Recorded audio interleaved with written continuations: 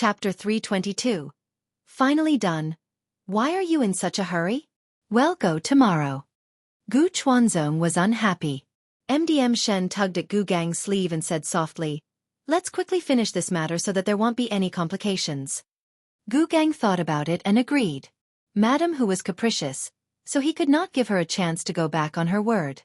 Hence, he glared at Gu Yundong and said, "Why tomorrow? It's still early. You can come back after you're done." As the village chief, he had to make a trip. Therefore, he walked up to Gu Yundong and said, "Give me the silver." B0XO. Calm Gu Yundong was stunned. Gu Gang glared at him. "Why? Don't you need to bribe to move the household register?" Dr. Gu Titi could only give him the silver. After giving it to him, he suddenly realized that the Ding family should pay for it. However, Gu Gang could not be bothered with him. He got someone to get an ox cart and sat on it. Dr. Gu could only get into the car unwillingly. Ding Jincheng asked Father Ding to bring Madam Hu back to the village first. He could do this. Madam Hu wanted to follow him, worried that he would be at a disadvantage alone. However, she had just fought with Madame Jia. Her face was bruised, her clothes were torn, and her right foot was twisted. Hence, she could only remind Ding Jincheng to be more careful. Only then did Father Ding carry her back. The three of them staggered out of Gu village on the ox cart. Not long after they left the village, they saw a carriage parked by the roadside. There was a young man sitting on the shaft of the carriage. They did not know him. Only Ding Jincheng remained silent with his head lowered and Bian Yuanji in his arms. Gu Gang and Gu Yundong had a discussion curiously. Not long after the ox cart left, Xiao Qingyuan walked over from afar. Zhu lifted the curtain and jumped up. "That's enough. As long as they settle the household registration. Let's go." Gu Yundong relaxed slightly and turned to look out of the window. He instantly felt refreshed. Therefore, she didn't notice Xiao Qingyuan's hesitant expression. However, before Xiao Qingyuan left, he asked to go to stay behind and instructed him to do something.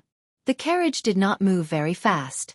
After all, the speed of the ox cart was limited, so they could only move slowly. After entering the county city, Gu Yundong went to the inn to see Madame Yang. Madame Yang didn't see her the entire night and was a little anxious. If Xiao Qingyuan hadn't come back to report, she wouldn't have been able to sleep at night. Now that she saw her, she quickly pulled her back. "Dong Dong, I missed you so much." "I miss you too. Have you eaten?" Madame Yang nodded, and Gu Yundong accompanied her to talk while waiting for news from Ding Jincheng. Ding Jincheng had already entered the county office. The person in charge of household registration was the secretary, so he could be considered to know Gu Yundong. Now that Ding Jincheng had come personally and explained the situation, he did not make things difficult for him. However, Ding Jincheng didn't want to transfer Bian Yuanji to the Ding family. Instead, he wanted to give Bian Yuanji an independent house. Yuanji is the only son of the Bian family. He's going to carry on the family name. If he moves to the Ding family, what if things get messed up in the future?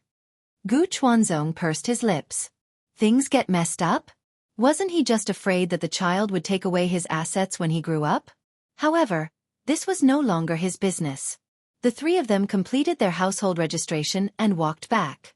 However, Ding Jincheng said that he would buy clothes for Bian Yuanji instead of going with them. In the end, after Gu Gang and the other man left, Ding Jincheng led the child straight to the inn. They didn't even look at the clothing store when they passed by. Bian Yuanji thought that he had brought him here to sell him. Especially when he saw Ding Jincheng bringing him to knock on a door of the room in the inn and saw a rich lady standing inside. This thought reached its peak. Chapter 323. Your cousin Yundong. Only Gu Yundong and Madame Yang were in the room. Xiao Qingyuan and the rest had returned to their rooms. Ding Jincheng let out a sigh of relief after bringing him over. "Yundong, I've brought him over. This is his household register. I'll leave it here." After saying that, he placed the thing on the table and turned to leave. Seeing this, Bian Yuanji subconsciously took 2 steps forward. However, he soon stopped and watched the door close in front of him. It was as if all the light had been blocked outside. He stood there alone, not knowing what to do. B0XO. A gentle voice came from behind him. "Are you Yuanji?" Bian Yuanzi's petite body trembled slightly as he slowly turned around. He then took 2 steps back and pressed his back against the wall, watching her carefully. Naturally, he did not recognize Gu Yundong. Gu Yundong was dressed very differently from before. Even if she was wearing the same clothes as before, he would not recognize his cousin. After all, the last time they met was in the first month of last year when he went to visit his uncle. He did not stay for long. Most of the time, he played with Gu Yunshu, who was about the same age, and did not speak much to Gu Yundong. When Gu Yundong saw his frightened expression, she cursed the Gu family in his heart. She took 2 steps closer to him. Bian Yuanji wanted to hide into the wall. You don't remember me? Then do you remember your eldest uncle? Gu Yundong stopped in front of him and squatted down to ask him. Bian Yuanji was stunned. Eldest uncle? Of course, he remembered that eldest uncle doted on him a lot. Before his sister died, she had said that if he returned to his hometown and didn't see his parents, he should look for his eldest uncle or 4th uncle. However, when he arrived at the Gu family, he couldn't find his eldest uncle or 4th uncle. He only saw his 2nd and 3rd uncles, who had never treated him well. Gu Yundong tried her best to make the smile on her face look kind and gentle. I'm your eldest uncle's daughter, cousin Yundong. Do you remember? Bian Yuanzi's body was not as tense as before. He just widened his eyes in surprise. Gu Yundong asked again. Do you still remember Ah Shu? I remember that you guys played together last year and you said that he was your best friend. I'm Ah Shu's sister. Ah Shu? Eldest uncle? Bian Yuanji finally opened his small mouth and muttered softly. He looked at Gu Yundong, who was showing him kindness, and vaguely felt that he had seen her before. Cousin. Yes, I'm your cousin. Gu Yundong smiled. My current home is very far away. It's called Yongfu Village. I came back here to look for your eldest uncle, but I couldn't find him. I met Ding Jincheng and found out that you had been sent to the Gu family and had suffered a lot. That's why I asked him to bring you out. Yuanji, are you willing to go home with me? Go home. Bian Yuanzi's mind was in a mess. It turned out that she didn't want to buy him as a slave. Only then did Gu Yundong reach out and hold his tiny shoulders. She nodded and said, Yes, I'll bring you back to your eldest uncle's house. Yunshu and Yunka are both there. Cousin and your eldest aunt are also there. Bian Yuanji came back to his senses and nodded quickly. I'm willing to. I can work, cook, wash clothes and feed pigs. I'll go to eldest uncle's house. Is that okay? Although he was unfamiliar with his cousin in front of him, he still remembered Ah Shu. Even if he was asked to go over and continue working, it did not matter to him. Chapter 324. It feels like a dream. Ah Shu was over there. He was his best friend. When he was sad, he could talk to Ah Shu. Ah Shu did not bully and laugh at him like the other cousins of the Gu family. Gu Yundong's heart ached when she heard what he said. She tightened her grip on Gu Yundong's shoulders and slowly released her grip when she felt the thin and weak bones under her palm. You don't have to work. When you come to eldest uncle's house, you just have to take care of yourself and help do what you can when we're busy. You're our family, not a servant. Family? It seemed like a long time since he had a family by his side. B0XO. Calm blinking his eyes, Bian Yuanji was confused and in disbelief. He felt like he was dreaming. Gu Yundong patted his head. Ah Shu must be very happy to see you. She stood up and held his hand as she walked towards Madame Yang, who had been standing at the side. Do you remember eldest aunt? Bian Yuanji raised his head. He had an impression of Madame Yang. Firstly, it was because Madame Yang's situation was special and he easily remembered her. Secondly, it was because she was an adult and he had to greet the elders when he went to his uncle's house. He spoke more to her. When he entered just now, he was afraid and did not dare to look around. Only now did he notice her. Madame Yang also squatted down and hugged his small body. She patted his back gently and said with a smile, Let's go home. I'll bring you home. Don't be afraid. Dong Dong is here. Don't be afraid. Wah! Bian Yuanji suddenly burst into tears. Perhaps it was because Madame Yang was an elder, and her smile was reassuring. Her embrace was warm, and her voice also made his uneasy emotions relax. Immediately, All his discomfort and grievances surged and he could not help but cry until he was hoarse. Madame Yang was shocked. She looked up at Gu Yundong helplessly. Gu Yundong blinked at her. Madame Yang patted Bian Yuanzi's back gently. Don't cry, don't cry. Be a good boy, don't cry. Bian Yuanji had been suffering for too long. He had been treated like livestock by his relatives in the Gu family. Now that he was in the arms of his aunt, he finally understood what it meant to have a family member. Not all blood relations could be called family. He was crying so hard that he was out of breath. Seeing that he was about to faint, Gu Yundong went forward and pulled him out of Madame Yang's arms. She wiped his face with a handkerchief. Stop crying. It's all in the past. Are you hungry? Let's eat first. You can take a shower and sleep. We'll talk after you rest, okay? Gu Yundong's temper was much better now, especially when facing children. She was especially patient. Yes, this was all thanks to Yunshu, Yunke, and Madame Yang. After all, these were 3 babies. Now, with the addition of Bian Yuanji, Gu Yundong suddenly felt that she had the potential to be a kindergarten teacher. She suddenly shivered and got up to open the cover on the table. The food had been prepared long ago, and now it was warm enough to eat. Bian Yuanji was indeed very hungry. He had only eaten a steamed bun last night. At the sight of the delicious food, he couldn't help but swallow hard. However, he was probably tortured by the Gu family for too long. He still asked carefully, "Can I really eat it?" Gu Yundong smiled at him. "You didn't eat much in the past. Now, you can only eat soft porridge and some light and refreshing dishes. You can slowly eat something better later." Okay. That was good too. This seemed to be plain porridge. Even old Master Gu could not eat such porridge. Chapter 325. Dog hasn't returned. Gu Yundong saw that although he nodded, he did not dare to do anything, so she scooped a bowl for him and placed it in front of him. Eat. She also scooped a bowl for Madame Yang. Madame Yang was very happy. She took a sip happily and said to Bian Yuanji, "Eat quickly. After you're done, it'll teach you to solve the puzzle. The puzzle is very fun. After you finish it, you'll see a Shu and Kiki." Bian Yuanji was curious. What was a puzzle? He couldn't help but take a sip. Then, he felt his entire body warm up. It was delicious. More delicious than anything he had ever eaten. Updated on B0X and 0VEL. He wanted to cry again. Bian Yuanji hurriedly wiped his eyes with the back of his hand and continued eating with a smile.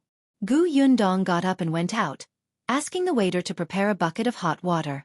She had bought 2 sets of clean clothes and some necessities for Bian Yuanji. Unexpectedly, when she opened the door, she saw Xiao Qingyuan standing not far away, looking at the door. Gu Yundong walked over. "What's wrong?" "I heard crying just now." That was why he was worried. Gu Yundong's expression darkened. "It's all the Gu family's fault. It's fine. He's crying everything out." Dr. Gu was a selfish person. He didn't treat Bian Yuanji as his grandson at all. This child suffered worse than her family did back then. At least Gu Yundong and her siblings had Gu Dajiang to protect them. Although Gu Dajiang was usually so busy that he could not take care of them, the Gu family was really afraid of angering him. But Bian Yuanji, who didn't have his parents by his side and didn't have Gu Dajiang and 4th Uncle Gu protecting him, was almost tormented to death. They wouldn't do this even to strangers, right? Although I didn't find father this time, it's a good thing to bring Yuanji back. Older Aunt Gu had a total of 3 children. The eldest, Bian Mulan, didn't make it through the escape. The second child was a son, but unfortunately, he didn't grow up. When he was 4 years old, he died because of a fever. Older Aunt Gu had been traumatized for a long time. It was only 8 years ago that she was pregnant with Bian Yuanji. He was older Aunt Gu's only bloodline.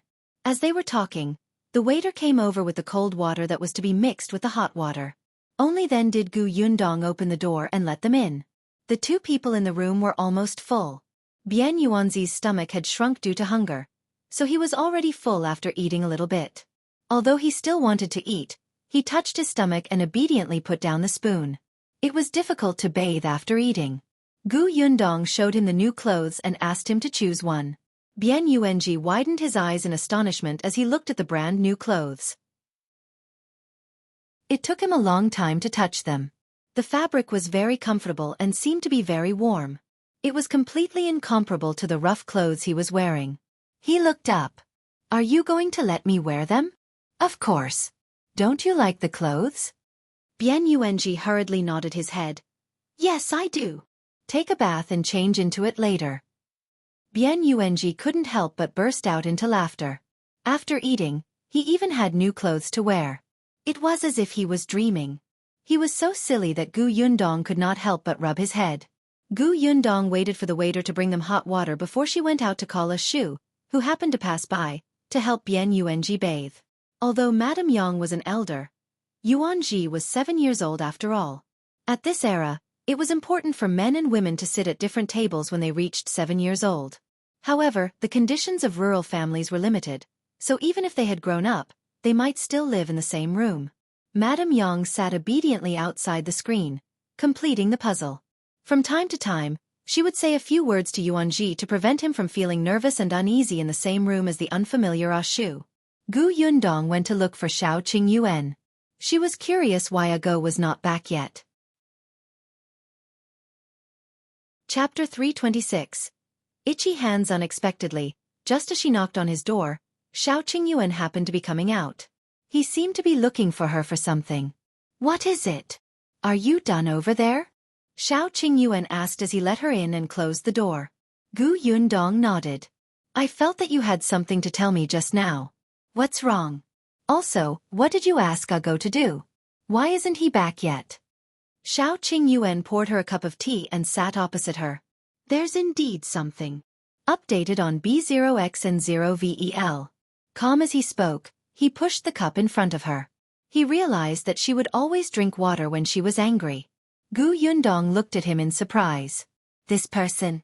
She took the cup of water silently. Go ahead. When the Ding family went to ask for the child today, they quarreled with the Gu family. At that time, Madame Hu said that she saw with her own eyes that your mother was hit on the head and pushed into the river by Gu Da's wife back then. That's how she became like this. Gu Yundong suddenly stood up. What did you say? I don't know if Madame Hu said it in her anger or if it's true. I let Ago stay in Gu village and keep an eye on old Gus family to see if it's true. If he can't find out, we can only ask Madame Hu. Gu Yundong's face was ashen. It was not an accident that her mother fell into the water and became like this. Was Jia Meizi the one who smashed and pushed her? Her mother had already suffered enough in the Gu family. She was low-key and hard-working, but Jia Meizi actually wanted her life. She suddenly lowered her head and took 2 sips of water. Xiao Qingyuan immediately poured more water for her. Don't worry. We'll talk about it when Dog comes back. Gu Yundong slowly sat down, her gaze cold. Back then, when Madame Yang became like this, she had suffered so many insults and abuses. There were always some malicious fellows in the village who would deliberately trick her when they saw her, giving her something she shouldn't eat or making her do something she shouldn't do. In the beginning, Madame Yang was really miserable. At that time, Gu Yundong was still young and had to take care of her younger sister, who was born half a year ago and had no one to take care of her. However, those bastards from the Gu family deliberately made Madame Yang go out to wash clothes and shoot pig grass. It was only when Gu Dajiang suddenly returned and saw Madame Yang being forced to kneel on the ground and kowtow to someone with his own eyes that he got angry and smashed a stone at that person's head. He had injured the guy, and Gu Gang had found an excuse to beat him up. At that time, Gu Dajiang's gaze was fierce, and he looked like he wanted to perish together with him. This made Gu Gang a little afraid. He was worried that he would really anger Gu Dajiang, so he could only ask him to compensate the victim and let him go. After that day, Gu Dajiang didn't go to the county restaurant to continue being an accountant. He stayed at the Gu residence and didn't work. He had to take care of Madame Yang and the children. Dr. Gu had no choice but to give in and promise to let Madame Yang stay at home and work in the future so that she would not be bullied by the villagers. Only then did Gu Dajiang return to Xingxing restaurant. He had no choice but to go back. Madame Yang still needed money to treat her illness. He had to earn money. Gu Yundong had always thought that Madame Yang's fall into the water was an accident. After all, someone in the village had said that they had personally seen her fall into the water. Then, Madame Yang was rescued immediately and did not drown. Unexpectedly, the culprit was Jia Meizi. Very good. Her hands were itchy now. Calm down first. Go should be back soon. Well, ask about the situation then. All right. I'll wait for Go to come back. She said word by word, almost gnashing her teeth. Chapter 327. How dare you kill her? At this moment, Go was in the Gu family's small storeroom. Although it was called a small storeroom, it was actually filled with various hoes, farm tools, dustpans, and baskets.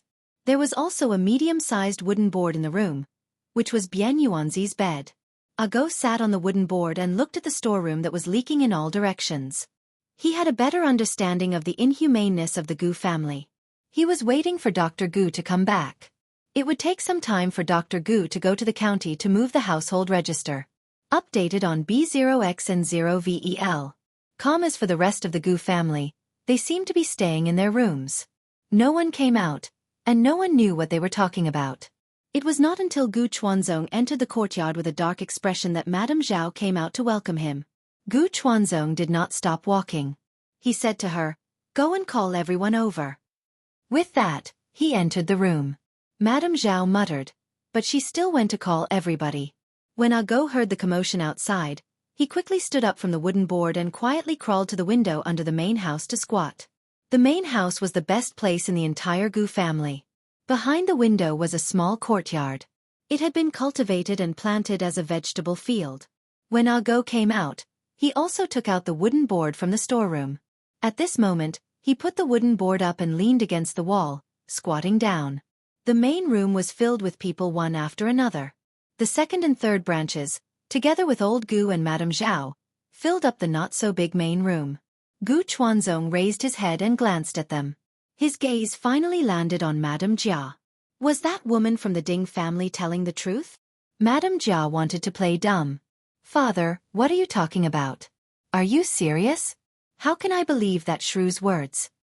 If I can't believe it, why did you go up and hit her?" Dr. Gu slammed the table. "Do you think everyone is blind? No one will believe you if you say that you're not guilty." Madame Jia immediately lowered her head and muttered softly. However, Gu Dai said, "Father, how long has it been? Why are you still bringing it up? Besides, eldest brother's entire family is dead. No one is here to settle scores now." The third son, Gu Dahu, glanced at him. He lowered his head and said softly, "You can't say that. That woman was shouting in front of the entire village. Even if eldest brother's family is no longer around, we can't pretend that what second sister-in-law did never happened. What if the villagers point fingers at us in the future? Can our Gu family's daughters get married in the future?" Madame Zhao originally did not think that it was a big deal. In her opinion, even if Madame Yang died, it would be her life. However, when she heard her third son's words, she was instantly furious. She stood up and rushed towards Madame Jia, hitting her in the face. "You troublemaker, how can you be so capable? You even dare to throw a stone at someone. You're too vicious. It's not enough that you harmed yourself, but you also dare to implicate us." Gu Dai glared at his third brother and went up to stop Madame Zhao. "Mother, stop. What's done is done. What do you want?" Madame Zhao was accidentally pushed by him and took 2 steps back. Madame Chong happened to support her. "Mother, be careful." She lowered her voice. "Don't anger second sister-in-law." She was unhappy when Sienna was sold. When Madame Zhao heard this, she suddenly shivered. What did she mean? Could it be that Madame Jia dared to kill her? Chapter 328. Old Gu was beaten up. Madame Jia suddenly raised her head and glared fiercely at Madame Chong. Suddenly she rushed over, grabbed Madame Chang's hair, and gave her 2 tight slaps. Madame Chong was caught off guard and fell. Gu Dahu reacted quickly and went forward to pull Madame Jia up and push her to the side. "Second sister-in-law, what are you doing? Why? You hit eldest sister-in-law and now you want to hit your third sister-in-law. It seems that none of your sisters-in-law will have a good ending, right?" "Pfft, what kind of sister-in-law is she?" Madame Jia sneered. She couldn't care less and pointed at Madame Chong. "Why did I hit eldest sister-in-law? You should ask your wife properly. If she hadn't said in front of me that eldest sister-in-law secretly seduced my day, would I have gone to settle scores with her?" Updated on B0X and 0VEL. Calm Madame Chong trembled in Gu Dahu's arms. She sobbed and retorted, "Second sister-in-law, don't talk nonsense. When did I say that? Eldest sister-in-law had a man. Why would she seduce second uncle? You still dare to deny it, you still dare to deny it." Madame Jia wanted to rush up and hit her again. "You said that eldest uncle is not mother's biological son, and father doesn't treat him well, so eldest sister-in-law's life is the most difficult. So in order to live a good life, eldest sister-in-law wants to secretly hook up with our day. Did you say that? Is that right?" Madame Chong shook her head vigorously. "I didn't. I really didn't say anything. You slut. I knew that you two were bad people. When eldest uncle was around, you guys abused them. Now that they're not around, you're here to deal with us, right? When Sienna was sold, it was you, slut, who sowed discord. All right, your daughter was saved, but you want my daughter to go out and suffer as a servant. I've long wanted to beat you to death." Gu Dahu said angrily, "Second sister-in-law, are you crazy? You're biting people everywhere. You two are not good people. Ever since you came back, you've been using Sienna as an excuse and don't do anything. Father and mother feel guilty and let you lie at home like corpses every day. Now, you've done something wrong and let the entire village know that our family has a vicious woman. How dare you blame my wife here?" As soon as Gu Dahu got involved, Gu Dai naturally had to protect Madame Jia. The two families were arguing fiercely. The children on both sides were also secretly competing. The entire main house was like a market, revealing all their shortcomings. In the past, with Gu Dajiang around, the second and third sons had the same parents.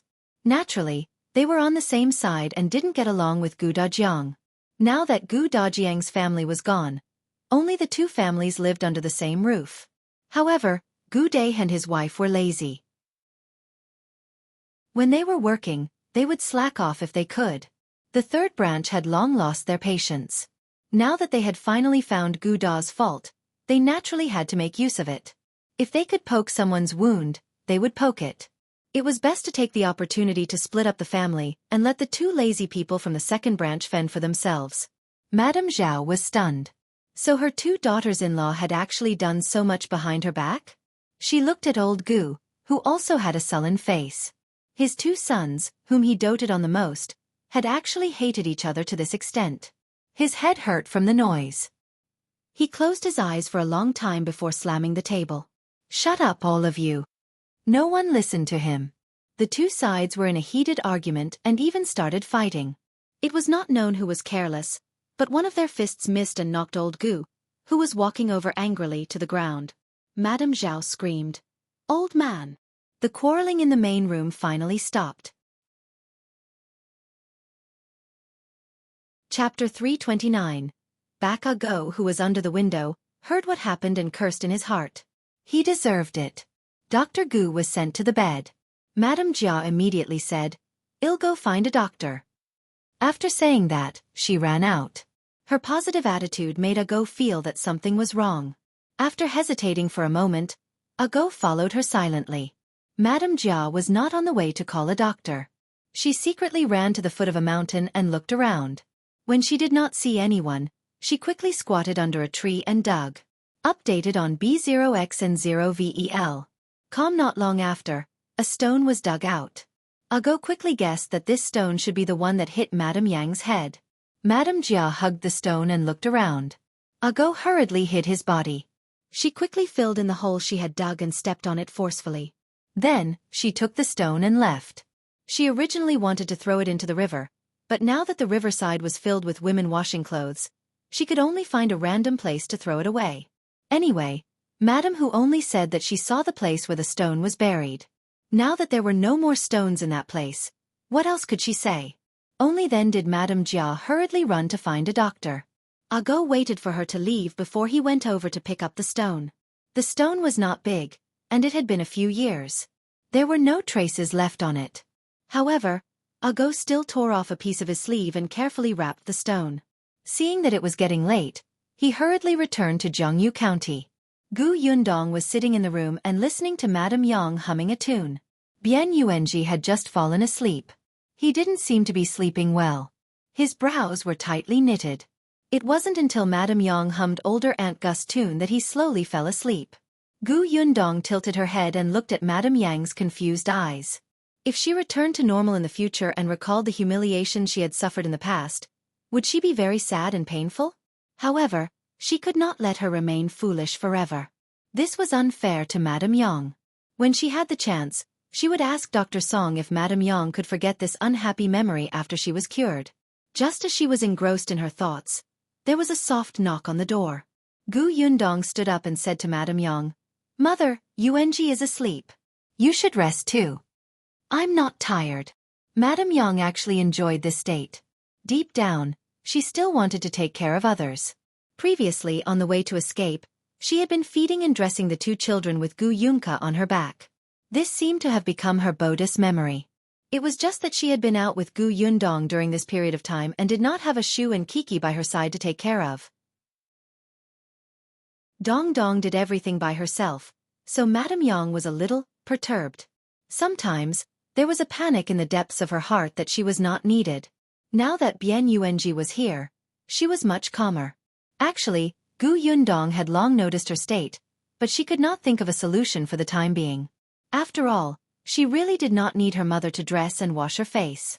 Pursing her lips, she opened the door and went out. Gu Yundong guessed that Ago had returned. Sure enough, when she went to Xiao Qingyuan's room, she saw Ago sitting on a stool with a serious expression. In front of him was a stone covered in mud. Seeing Gu Yundong enter, Ago immediately stood up. "Mississippi." Gu Yundong's gaze fell on the stone and he quickly guessed its origin. Ago looked at her worriedly. He glanced at Xiao Qingyuan, who was also silent. No one knew what he was thinking. Gu Yundong had already walked to the stool and sat down. "Speak." Chapter 330. Let them have a taste of blood. Ago nodded and immediately repeated what he had heard under the window of old Gus' house. His memory was extremely good, and he could almost recall everything that everyone had said. Gu Yundong listened quietly, her gaze fixed on the rock. After Ago finished speaking, she even poured him a glass of water. Ago felt that the latter's mood was a little strange now. He had clearly said it with righteous indignation, but the lady was so calm that there were no ripples. Updated on B0X and 0VEL. Calm. Only Xiao Qingyuan knew that this was the calm before the storm. Sure enough, after she took the teacup from Xiao Qingyuan and drank the water, the teacup was crushed by her. Ago was speechless. Was Miss Gu that strong? He tried to exert his strength, and even the veins on his face popped out, but the teacup was still intact. Ago silently put the teacup back and asked Gu Yundong, "Miss, what should we do next?" "We must teach old Gus family a lesson." "More than a lesson." She wanted them to have a taste of blood. "Tell us." "Well, do it," Xiao Qingyuan said. At the side, Ago nodded desperately. Gu Yundong thought of what old Gus family had done. Old Gu cared about his face and was selfish and hypocritical. Madame Zhao was unreasonable, ruthless, and unreasonable. The second branch was lazy, vicious, and enjoyed life. The third branch was a couple who specialized in sowing discord in the dark. Coincidentally, she could deal with them all at once. Gu Yundong began to roll up her sleeves, eager to make a move. "How about this?" Gu Yundong asked the others to come in and explained many things in detail. Amao and the others nodded as they listened. In the end, their eyes lit up. After Gu Yundong finished planning everything, she let Amao and the rest go to bed while she prepared to return to her room. Behind her, Xiao Qingyuan suddenly asked, "What about me? Aren't you busy with Gu Gang's family? Do you need me to make a plan for you?" Actually, there was no need. Xiao Qingyuan knew that she wanted to deal with old Gus family. As the patriarch, Gu Gang might cause trouble, so he just had to stir up trouble in Gu Gang's family. "But, yes," he said seriously and sincerely. Gu Yundong's mouth could not help but twitch. She sat back down. Xiao Qingyuan poured her a glass of water and sat up straight, looking like he was all ears. But the next moment, he saw Gu Yundong frowning as if she was thinking hard. His heart ached instantly. He immediately stood up. "Go back and rest. I can settle it." Didn't you just say?" "I suddenly had an idea." Gu Yundong was speechless. "I don't believe you. You had a flash of inspiration?" Yes, I just thought of it. Xiao Qingyuan nodded affirmatively. His expression was exceptionally serious, and he spoke as if it was true. Gu Yundong could not help but want to laugh. Aya, why was this man so cute? She was originally filled with frustration today, but when she saw him like this, she suddenly felt relieved. After dealing with old Gus' family, she felt that she should have a good chat with Xiao Qingyuan. Gu Yundong returned to her room and she reserved another room beside. In any case, there was really no business in this inn. Gu Yundong and her gang's arrival had increased its popularity. The next morning, Ah Go and Ah Zhu set off. However, before they left, they took the stone wrapped in cloth with them. Not long after, Ah Shu and Ah Mao also left the inn. At this moment, Gu Yundong carried the food into the room and asked Madame Yang and Bian Yuanji to eat. Bian Yuanji walked to the table and his eyes widened when he saw Xiao Qingyuan enter. Chapter 331:1 Can do anything. Wasn't this the person who gave him the white steamed bun? Bian Yuanji blinked. So, did his cousin send this guy over? What about the one from the day before? Was it also his cousin's doing? His eyes suddenly curved into crescents, and he smiled happily. Xiao Qingyuan noticed his gaze and couldn't help but look at him. Updated on B0X and 0VEL. Calm Bian Yuanji hurriedly lowered his head and ate obediently. However, from the corner of his eye, he saw Xiao Qingyuan scooping porridge for Gu Yundong. He could not help but think to himself that this was his cousin-in-law. She looked better than his ex-brother-in-law. She would definitely be happy in the future. Definitely. After everyone at the table finished eating in silence, Xiao Qingyuan said, "Someone will come over later." Gu Yundong raised her eyebrows. Xiao Qingyuan looked at the time and walked to the windowsill. He lowered his eyes and looked at the people coming and going below. After a while, a familiar-looking woman walked over and raised her head to look over. When she saw Xiao Qingyuan, she quickly lowered her head. This person was Gu Gang's concubine, Madame Shen. MDM Shen was holding a basket in her hand and there was a woman beside her. She did not notice MDM Shen's abnormality and was bargaining with the vegetable seller by the roadside. Seeing that the discussion was intense, MDM Shen suddenly said in a low voice, "I'm a little unwell. I'll go to the inn opposite to borrow the outhouse. If you've bought the vegetables, wait for me under the willow by the river." The woman frowned.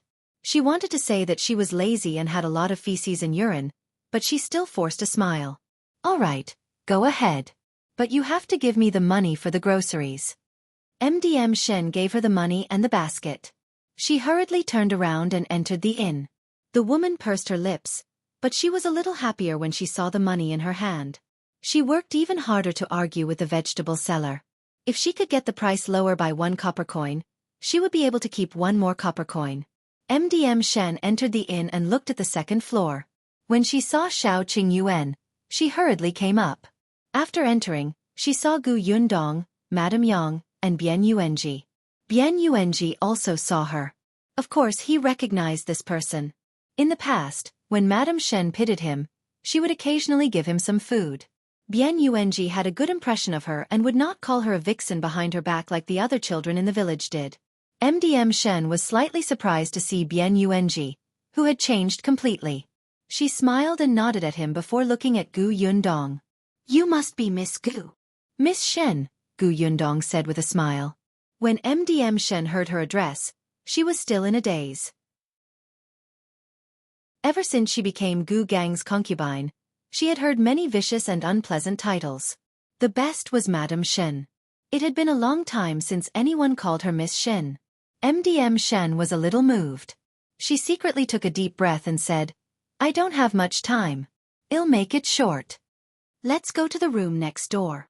Gu Yundong asked Madame Yang to teach Bian Yuanji to solve the puzzle, and the three of them went to Xiao Qingyuan's room.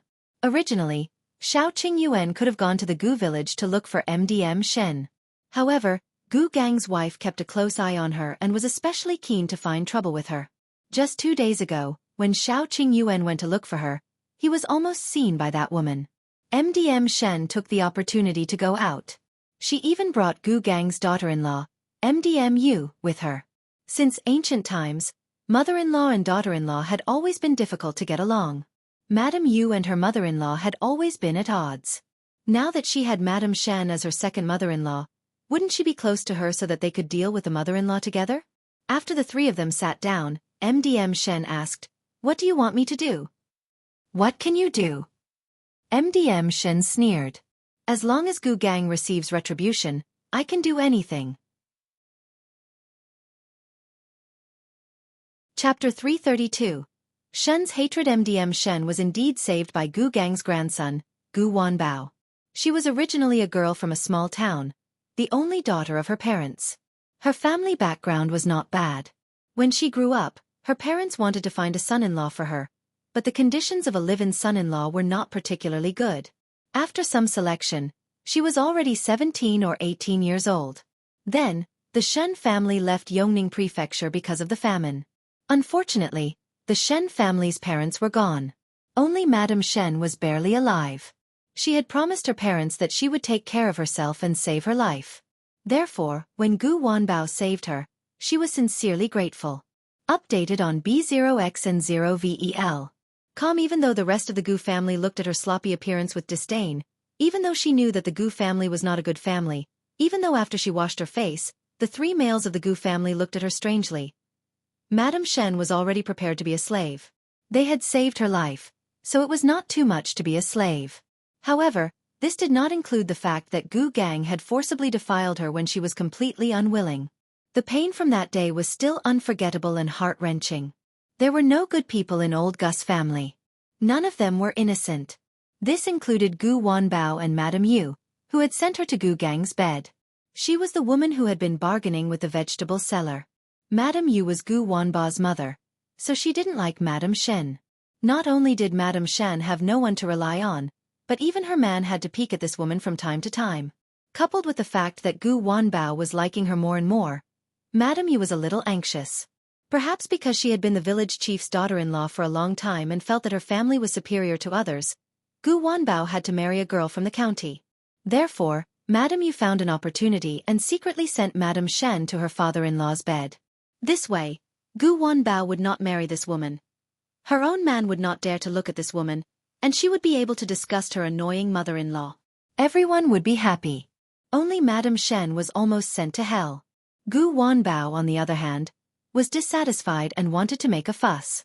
After being threatened and tempted by Gu Gang, he stopped. However, MDM Shen knew that the way Gu Wanbao looked at her was even more unscrupulous and dirty than before, as if she was just an unpresentable thing. Sometimes, she even thought of buying a bag of arsenic and poisoning everyone in old Gu's family to death. However, she had promised her parents that she would live well. Hence, she was waiting for an opportunity. Now, this opportunity had arrived. Madame Shen looked at Xiao Qingyuan and Gu Yundong with a hint of madness in her eyes. "I just want to keep my life. I'll do whatever you want me to do." "Then let Gu Gang and Gu Wanbao fight," Xiao Qingyuan said. MDM Shen was stunned. Let Gu Gang and Gu Wanbao go against each other? Gu Wanbao was actually a coward. When facing Gu Gang, he could only retreat. If they were to fight, he would have to be forced into a corner. Xiao Qingyuan said, although Gu Wanbao is timid, he grew up under Gu Gang's dominance. There are some things that he doesn't dare to say. Didn't Gu Gang find a marriage for him? Let Gu Gang ruin this marriage. Gu Wanbao. Before he could finish, he was interrupted by MDM Shen. There's no need to say anything else. I have an idea. Xiao Qingyuan and Gu Yundong looked at each other. Seeing the determination in MDM Shen's eyes, they did not say anything else. If you need help, you can look for Shu and the others. You've seen them before. All right, I'll go back first. MDM Shen stood up and turned to leave the inn. Gu Yundong looked at her back and frowned slightly. Why do I feel that her thoughts are a little dangerous? Xiao Qingyuan had this feeling in his heart too. Chapter 333. Something happened to the old Gu family. MDM Shen returned to MDM Yes side and smiled again. Madame Yu complained impatiently. What took you so long? I've been standing here for a while. I had no choice. My stomach suddenly felt uncomfortable. I really don't know if I ate something wrong. MDM Shen sighed and frowned slightly. She looked a little haggard. MDMU immediately exclaimed. The food this morning was made by mother-in-law.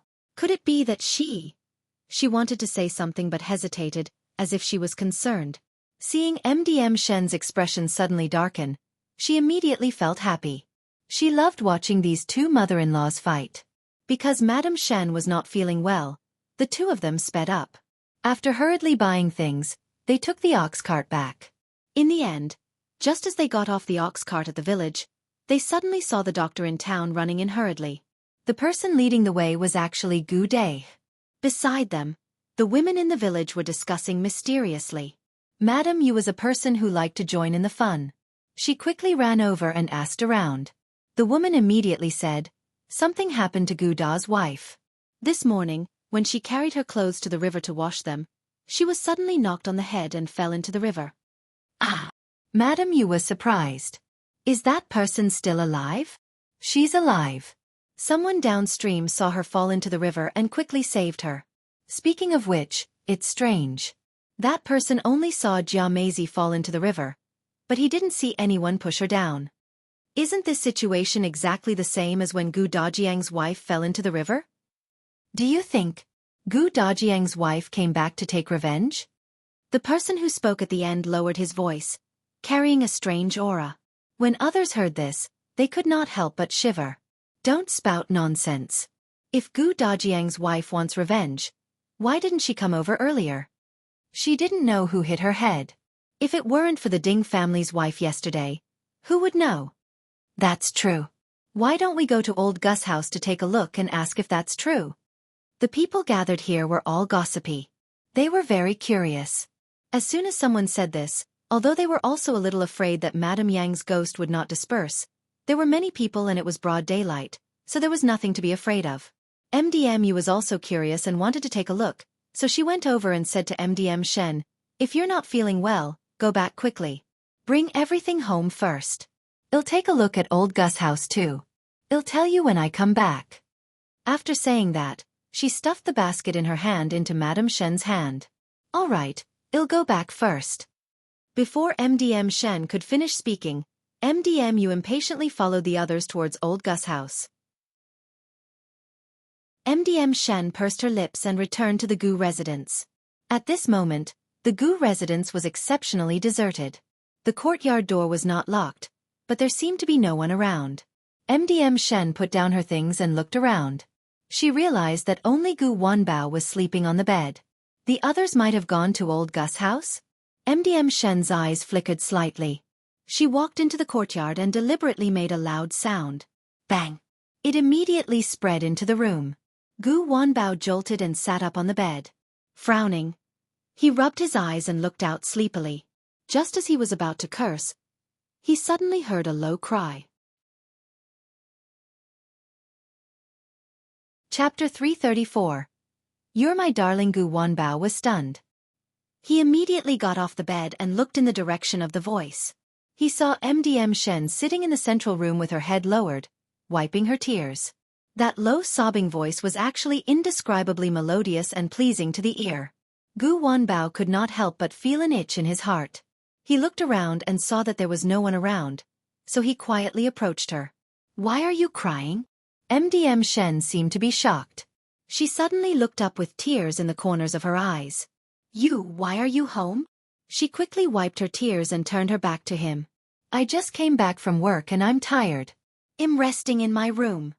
In fact, he had been fooling around outside for the entire night and had only returned in the morning. After all, he was going to get married soon. At that time, it would be inconvenient for him to do anything with a wife at home. Of course, he had to go out and have a good time before he got married. He asked again, Why are you crying? MDM Shen shook her head. It has nothing to do with you. How so? We're family now. Tell me quickly, who bullied you? MDM Shen sneered. What family? Who's your family? You're getting married soon. When the time comes, your family will be another woman. What am I? As she spoke, she started crying again. She was even sadder than before. Gu Wanbao was stunned for a moment. He carefully thought about what she meant and his eyes lit up. He smiled casually. You can't bear to leave me? MDM Shen did not speak and only lowered her head to hide her tears. Wasn't her silence a tacit agreement? Gu Wanba's vanity was greatly satisfied. He leaned forward. Tell me, did you miss me? MDM Shen seemed to be annoyed by his interrogation. She suddenly turned around and pushed him. So what if I did? You're going to marry someone else. I'm already your grandmother. Gu Wanbao laughed. What grandmother? Is there a grandma as young as you? You're my darling. I really cherish you. I can't tell. She looked as if she didn't believe him, but the corners of her mouth curled up uncontrollably. Gu Wanbao looked at her seriously. Don't be sad. My heart is filled with you. You ignored me a while ago. Were you angry with me? Now that you see that I'm getting married, you're nervous? Nervous about what? Why should I care? You don't mean what you say. I'm just... Before MDM Shen could finish speaking, footsteps came from outside. I'll hide first. Gu Wanbao quickly turned around and returned to his room. Madame Shen looked at his back and snorted. The next moment, Gu Gang's wife, Madame Wang, strode in. When she saw Madame Shen, she scolded her. How long have you been here? Don't you have to work? If everyone is waiting for you to cook, won't we starve to death? Gu Wanbao walked out with sleepy eyes. Grandma, why are you shouting? You woke me up. Madame Wang's expression changed. She quickly went forward and said, Wanbao, you're here. I'm sorry. I didn't notice. I won't be noisy anymore. Why don't you sleep for a while more? I'm already awake.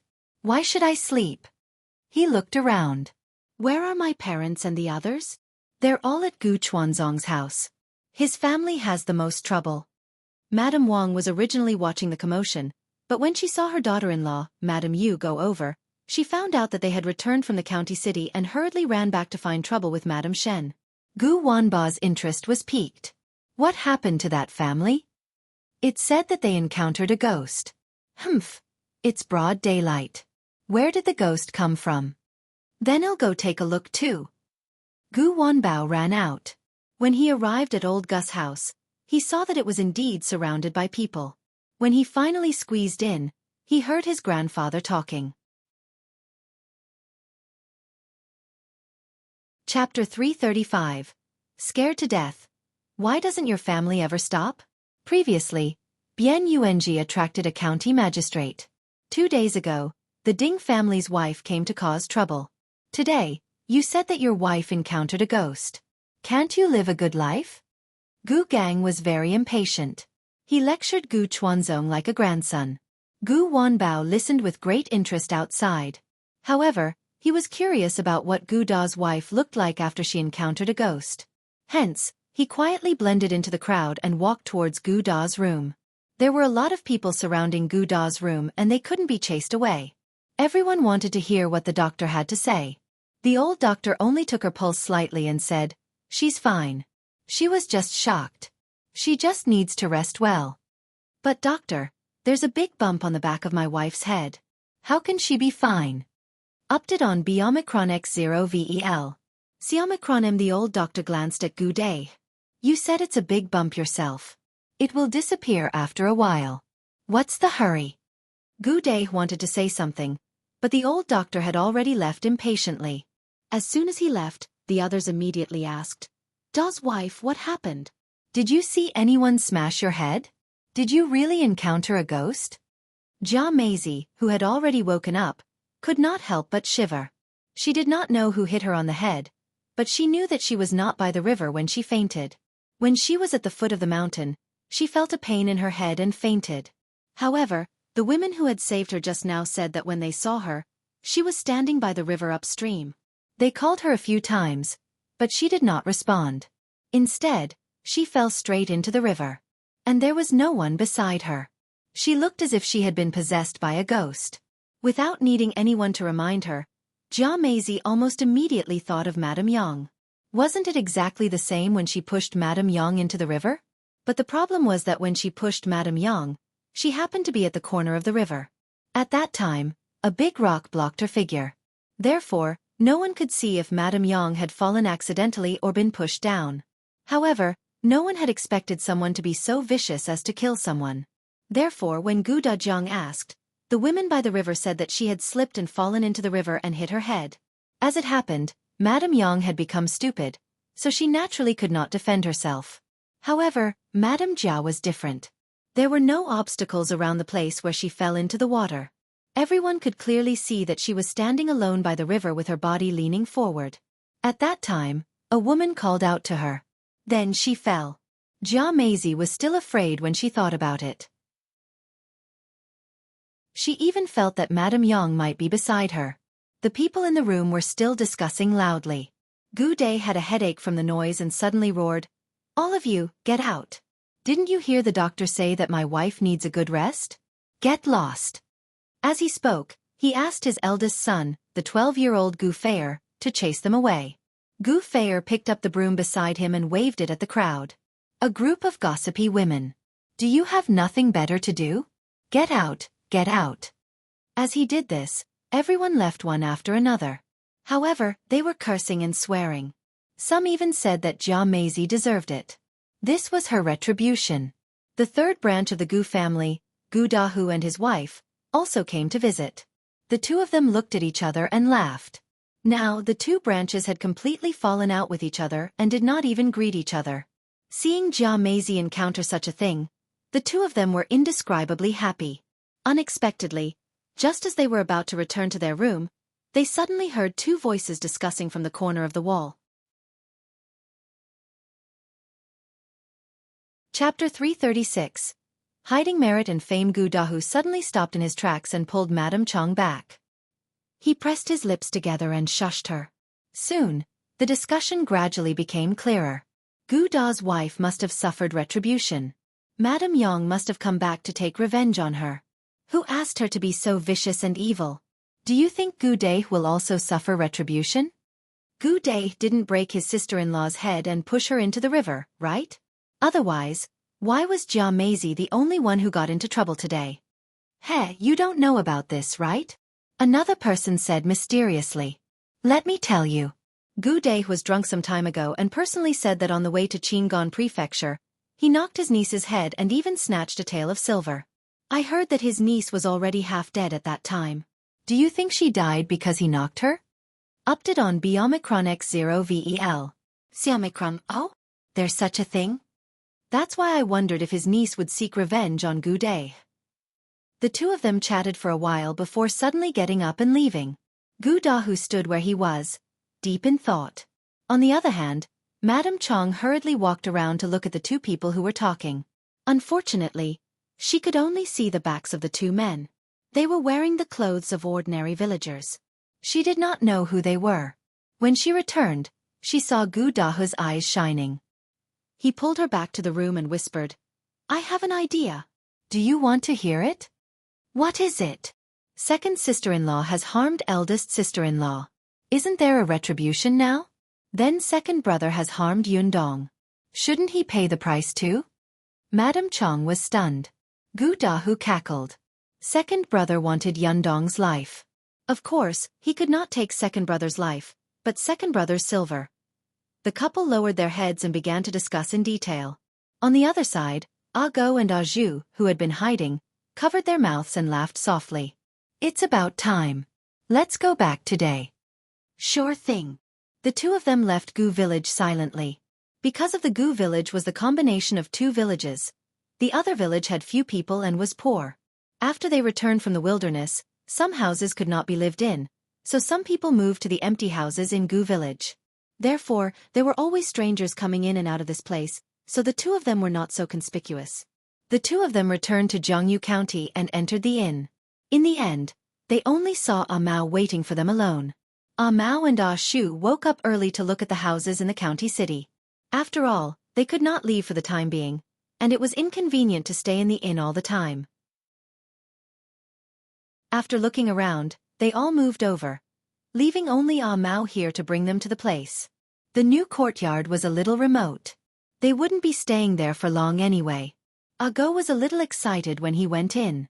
After sitting down, he could not wait to tell them what had happened in Gu village. That Jia Maisie really thought that she was possessed by a ghost. She was so frightened that her face turned pale. "I'm dying of laughter." Actually, Go had indeed knocked her out and moved her to the river with Ju. They originally wanted to move her to the place where Madame Yang had fallen into the water. There were large rocks there that could block people, and the same place looked more realistic. However, there was someone there. After Go and Ju discussed, they found another place. At that time, Jia Maisie was tied to a rope, and the other end of the rope was pulled by Ju, who hid in a tree.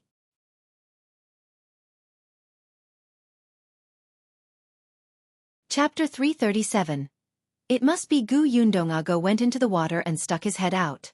He grabbed Madame Jia's feet and held them in place. From afar, it was like Madame Jia was standing facing the river, her body leaning forward as if she was about to fall. However, they could not see Go in the water. When they called out to Madame Jia, Go untied the rope on her body and Madame Jia fell into the river.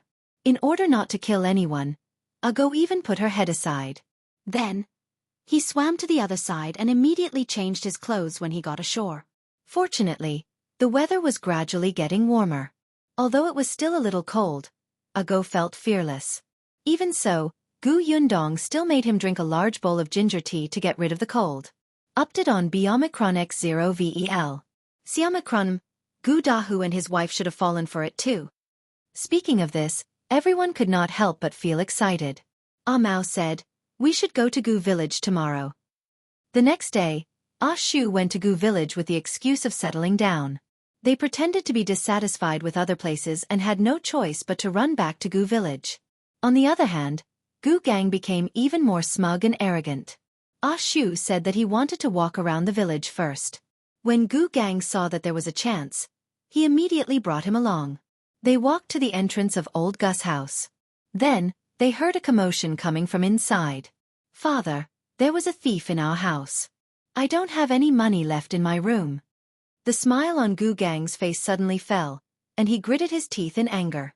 Shu looked inside curiously. Gu Da's loud shout had called the whole family over. When Madame Zhao heard that her house had been robbed, she immediately turned around and returned to her room. She looked at her money bag and heaved a sigh of relief. However, her expression immediately turned ugly. She came out and asked him, "You saved money? How much did you save? Was it your wife who urged you?" "Mother, why are you still talking about this at a time like this? Our house has been robbed." Madame Zhao. "Robbed? Then why didn't I lose anything in my room?" "I didn't lose anything in my room either. Even the copper coin that Mother gave our Bower yesterday is on the table." "It's still there," Madame Chong added. Gu Day was stunned. What did she mean? Was he the only one who lost money in his room? Gu Dahu suddenly seemed to have thought of something and exclaimed, "Second brother, don't tell me it was also taken by a ghost? It even specially took your silver." "What did you say?" Gu Day glared at him fiercely. Gu Dahu quickly took a step back. Why is second brother so angry? Could it be that second brother has forgotten that he snatched Yundong's money on the way to escape? "Look, she came back to take revenge on you." Otherwise, while second sister-in-law is still recuperating in her room, who would dare to go in and steal? When everyone heard this, their expressions instantly changed. It would have been fine if Jia Maisie had encountered such a strange thing alone, but now, even Gu Day had encountered it? Well, Gu Day felt as if his throat was choked and he could not say a word. Shu, who was outside the door, clicked his tongue. A trace of embarrassment flashed across Gu Gang's face. They're all talking nonsense. There's something wrong with the brains of everyone in old Gus' family. Shu didn't say anything and turned around to go back. When they returned to Gu Gang's house, Gu Gang started to talk about the price again, but Shu did not say a word. The central room was silent for a moment. On the other hand, Mao sauntered out again. When no one was around, he walked to the kitchen. Seeing that MDM Shen was alone, he quickly went in and said, "Miss Shen, my lady asked me to tell you something." Chapter 338. Something happened to old Gu again. MDM Shen looked out. Madame Wang had gone to the toilet and was not back yet. She took a step forward and asked, "What is it?" Mao said, "My lady said that there are many ways to take revenge. If this path doesn't work, well, find another one. However, It's not worth it to sacrifice yourself for revenge. When Madame Shen heard this, she was stunned. Did that Miss Gu guess something? She pursed her lips and looked up to say something, but a Mao had already left. Opted on B Omicron X0 VEL. C Omicron MDM Shen secretly pinched her fingers. Another way? Of course she knew there were other ways, but she didn't want to wait any longer. She would not throw herself in. Why are you standing at the door? Did you do something wrong? Did you secretly eat something? Ha! Madame Wang's voice suddenly sounded in her ears. Madame Shen was pushed by her and instantly lowered her eyes to hide the disgust in the corners of her eyes. She did not say a word. However, Madame Wang refused to give up. Why are you acting like this again? All right, there's a piece of meat missing. You must have eaten it secretly. I knew that you're not a good person. I was only gone for a while. Your hands and feet are dirty, right? I was wondering why you spent so much money when you went to the county city to buy things yesterday. Were you the one who kept some of the money? Her cursing continued. Gu Gang finally couldn't help but walk over and slap her. Can you stop? The guests have been scared away. Do you think everyone is as petty and stingy as you? Madame Wang screamed. You hit me again? She pounced on him and scratched him with her nails. MDM Shen silently retreated to a corner and watched them fight to the death. On the other side, Shu had also returned. However, he told Gu Gang that he had to consider it carefully and would come back another day. The next day, Go and Zhu came over. Then, something happened to old Gus' family again. It was said that when Madame Jia came out of the outhouse in the morning, she saw the youngest son of the third branch take out a stone from Gu Dahu and his wife's room and plan to throw it away. Then, she recognized that it was the stone that she had dug out from the ground and thrown away. Jia Maisie exploded on the spot. She snatched the stone and beat the child until he almost vomited blood. Hence, the two branches started fighting again. Madame Jia insisted that it was Gu Dahu and his wife who had smashed her head, not Madame Yang's ghost at all. Of course, Gu Dahu and his wife did not admit it. They felt that Madame Jia was deliberately slandering them because the second branch had lost money and wanted to extort a sum from them. Old Gu and Madame Zhao were in a terrible fix. Not to mention stopping the fight, they were even injured. The villagers were all watching the commotion. Only then did they realize that Madame Chong, who looked soft and weak, actually had extraordinary combat strength. She pressed Madame Jia down and beat her up until she cried like a ghost. On the third day, Mao and Shu came again, so something happened to old Gus' family again. The two branches of old Gus' family wanted to split up, but old Gu refused. Madame Zhao said that they wanted to follow third brother. This was because she knew that her second son and wife were lazy and greedy. Moreover, she had sold Gu Xiener previously. Madame Jia must have a grudge against them. Gu Dai did not want to take care of this couple either, so he agreed readily. However, the condition was that they had to share more of the family assets as compensation for Gu Xiener. Madame Zhao said that she did not have money. When no one was paying attention, Gu Feier secretly ran to the third branch's room to search for silver. He actually found 8 taels of silver. The Gu family was stunned, and Madame Zhao was even more dumbfounded. She had only saved 15 taels of silver for so many years. Chapter 339. The end of the old Gu family. Gu Dai leaned over to take a look and realized that one of the pieces of silver looked very familiar. When he took a closer look, he immediately recognized it. Wasn't this his? He remembered that when he went to exchange for copper coins, the silver fragments were in this shape. At that time, he even joked that the silver fragment was twisted too uniquely, and the two gaps were a little symmetrical. Gu Dai rushed up on the spot and hit Gu Dahu. He scolded him for being a thief and wanted to send him to the officials. He scolded his brother's wife for being a murderer and trying to murder Madame Jia. The two branches started fighting again. This time, even the children were involved. Old Gu shouted at the top of his lungs. No one listened to him at all. Madame Zhao cried even louder. Many things in her house had been smashed. On the fourth day, Go and Zhu came again. Then, something happened to old Gus' family again. The 5th day, the 6th day, the 7th day. On the 8th day, old Gus' family's two branches had already reached a point where they could not get along. The villagers seemed to be watching the show every day. Gu Gang wanted to interfere, But he realized that Gu Wanbao had been making things difficult for him recently. The two of them had quarreled several times, and he had even said that he did not want to get married. The rumors had even reached the ears of his future in-laws. Gu Gang was already in a terrible fix over his own family's matters, so how could he have the time to pay attention to old Gus' family's situation? By the time he came back to his senses, something had already happened to old Gus' family.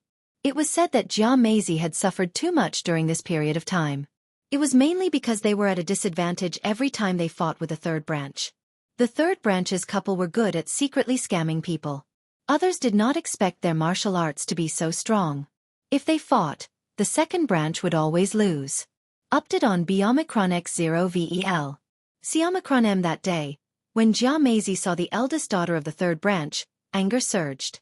She thought about how her Xian'er's life was still unknown and how she worked like a slave for others. How could the daughter of the third branch enjoy life at home? At that time, her eyes were bloodshot. She stuffed the 12-year-old girl's mouth and put her into a sack and brought her to the county city. On the way, someone saw that something was wrong with her and noticed that Madame Chong was looking for someone. They roughly guessed it and told Madame Chong. Madame Chong rushed to the county city in a hurry and happened to see Madame Jia planning to sell her daughter to a brothel. Her eyes were about to split open as she went up and started fighting. It was true that Madame Jia could not defeat her, but Madame Chong had to protect her daughter, so she was at a disadvantage. Unexpectedly, Madame Jia took the opportunity to tear off her clothes and expose most of her body in public. Who were the people in the brothel? They were all despicable men. Madame Chong was stunned and her mind went blank. In the end, it was her daughter who escorted her back. After Madame Chong returned, there was something wrong with her and she was in a daze. The doctor said that her brain had been hurt and was afraid that she would be like this in the future. However, Madame Zhao even said that she was embarrassing and wanted Gu Dahu to divorce Madame Chong. Gu Dahu was so angry that his entire body was trembling. He pushed Madame Zhao and almost made her fall. He rushed into the kitchen, grabbed a knife, and ran to the second branch's room. Madame Jia was trembling in fear. Gu Dai naturally went to stop her, and the knife slashed his wrist. The tendons in Gu Da's hand were broken, and his right hand was completely crippled. However, Gu Dahu did not give up. He steeled his heart and cut off the tendons in Gu Da's left hand. Old Gus' house was covered in blood. When old Gu and Madame Zhao rushed in, they saw Gu Dai lying in a pool of blood with a scream. Madame Jia was knocking Gu Dai away. Then she picked up the knife that he had dropped on the ground and slashed his leg. Old Gu collapsed to the ground. The last thought in his mind was, if I had known this would happen, I wouldn't have sharpened the knife yesterday.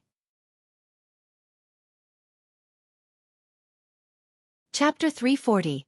The godlike Gu Yundong. The villagers were shocked by such a huge incident.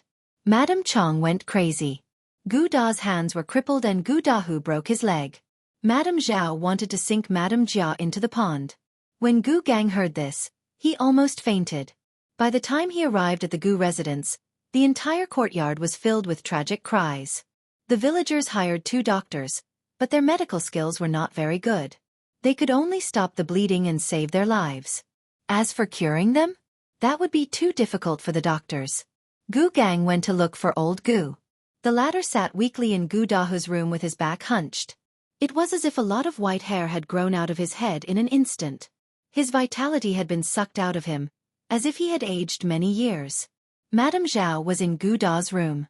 She got someone to grab Madame Jia and shouted at the top of her lungs, "Get rid of her and sink her into the pond." It was all this scourge's fault. All her fault. If it weren't for her, Madame Chong wouldn't have gone crazy, and third son wouldn't have been so angry that he cut off second brother's tendons. In the end, Madame Jia even cut off third brother's legs. Their 2 strong laborers, her 2 sons, were ruined. Destroyed. You're a jinx. Since you married into our family has never lived a good life. Well, sink her into the pond. Her screams could be heard clearly by everyone outside, including old Gu and Gu Gang. Update on Omicron X0 VEL. Omicron M. Gu Gang frowned and asked him, "What do you think?" Old Gu wiped his face and looked at his third son on the bed, then at Madame Chong, who was sitting at the head of the bed in a daze. In the end, he thought of his second son who was also lying down and sighed heavily. Karma. It's all karma. As he spoke, He got up and bent down to go to the second branch's room. He said to Madame Zhao, whose eyes were still fierce, "Let second daughter-in-law stay." Madame Zhao turned to look at him in disbelief. Old Gu said, "Second brother is already like this. Someone has to take care of him." "I can take care of him. What about third son?" Madame Zhao opened her mouth. Thinking of Madame Chang's appearance, she probably could not rely on her. She could only do it herself. Old Gu continued, "Besides, if you sink her into the pond, who will do all the work in our family? Or are you going to arrange another wife for second brother? But our family spent most of our money on the treatment just now. Besides, look at second son. No one is willing to marry him again." "But," Old Gu said in a low voice, "at most, you can just torture her in the future. Let this matter go. Don't make a fuss. Our family is already like this. What are you still making a fuss for? Let's not talk about anything else. For the sake of your eldest grandson, you can't sink her into the pond. Otherwise, what if your eldest grandson wants to get married in the future?" After Madame Zhao heard this, she looked at MDM Jia with a vicious gaze.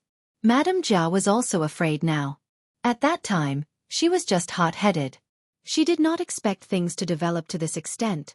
Now, as long as they did not let her sink into the pond, she would do anything. Now that things had come to this, old Gus' words made sense. In addition, his eldest grandson was still pleading on the side. Madame Zhao could only give in. However, Madame Jia's life would be difficult in the future. Therefore, old Gus' family has suffered heavy losses this time. When Ah Go and the others reported the situation to Gu Yundong, they were extremely excited. Miss Gus' foresight was godlike. She was too smart. Look at how she had tormented old Gus' family. Gu Yundong knew that old Gus' family would not have a good ending. After all, she knew the weaknesses of that family too well. They were all selfish. What she cared more about now was, what about Miss Shen? Chapter 341. You adulterous couple. At the mention of the Shen family, Ah Shu and Ah Mao looked at each other. Of course, they already knew how Madame Shen planned to deal with Gu Gang. Although they felt that it was not worth it, there was nothing they could do since Madame Shen insisted on doing so. Ah Shu said, "Miss Shen asked me to help her tomorrow. She should be preparing to reel in the net." Gu Yundong nodded. "Go there early tomorrow." The next day, Ah Shu went to Gu village again. Recently, Gu Gang had been very frustrated. Gu village was not peaceful because so many things had happened to old Gus' family. Ah Shu, whom he had always thought could extort more money from, always said that he would consider whether or not to settle down here. Every time he thought there was hope, something would happen to old Gus' family. Then Ah Shu would go back. This dragged on day after day. Therefore, Gu Gang really hated old Gus' family to the core. He was considering whether he should chase this useless family out of Gu village. However, he had lost his patience with Ah Shu. This time, when he heard that Ah Shu was coming, he was also disinterested. It was only when Ah Shu's cousin came over and said that Ah Shu wanted to see the homestead that he suddenly came back to his senses. Had this guy made up his mind? Gu Gang immediately tidied himself up and left. Ah Shu was standing not far from his distant cousin's house. He pointed at a place and said that he wanted to buy 1 acre. Gu Gang still stated the previous price, and there was no room for negotiation. Although Ah Shu was unhappy, he still agreed. Unexpectedly, Gu Gang pushed his luck and asked for 5 taels of silver as he had to bribe the officials. When Ah Shu heard this, he exploded and started arguing with him on the spot. He said that Gu Gang was a blood-sucking bug, that he was black-hearted, and his words were very intense. It provoked Gu Gang so much that he almost fainted. He pointed at Ah Shu and told him to get lost. He didn't have to come again. Then, he went home angrily. There was no one at home. Gu Gang was so angry that his throat was smoking. He wanted to go to the kitchen to drink water. Unexpectedly, he heard strange rustling sounds. Among them was his concubine Madame Shen's. There was something wrong with that sound. Gu Gang followed the sound and saw that the door to his room was ajar. He could hear laughter coming from inside. He only heard a few words before his anger surged. He suddenly pushed open the door. What greeted his eyes were 2 people in disheveled clothes hugging each other. One of them was Gu Wanbao, his good grandson. The other was Madame Shen, his beloved concubine. What a match made in heaven. Gu Gang pointed at them with a trembling finger. You adulterous couple, you actually did such a thing, you did such a thing. Slowly, even his body began to tremble. He turned around to look for something, as if he wanted to beat them to death. Seeing that there was a wooden stick beside the doorframe, Gu Gang took it. MDM Shen screamed in fear and hurriedly hid behind Gu Wanbao. She said pitifully and dependently, "What should I do? Wanbao, save me. Hell, kill me. What should I do? I'm so scared." Initially, Gu Wanbao was still a little timid. However, he had been quarreling with Gu Gang recently, so his courage slowly grew. Coupled with MDM Shen's stimulation, he immediately puffed out his chest and stood in front of her. "Who are you calling an adulterous couple? You're clearly the one who's so old and still doesn't know shame. I was the one who saved her in the first place, and I was the one who wanted to marry her. If you hadn't ruined her, we would have been a perfect couple. You old man, you already have my grandmother, yet you still fancy a young lady. She's young enough to be your granddaughter."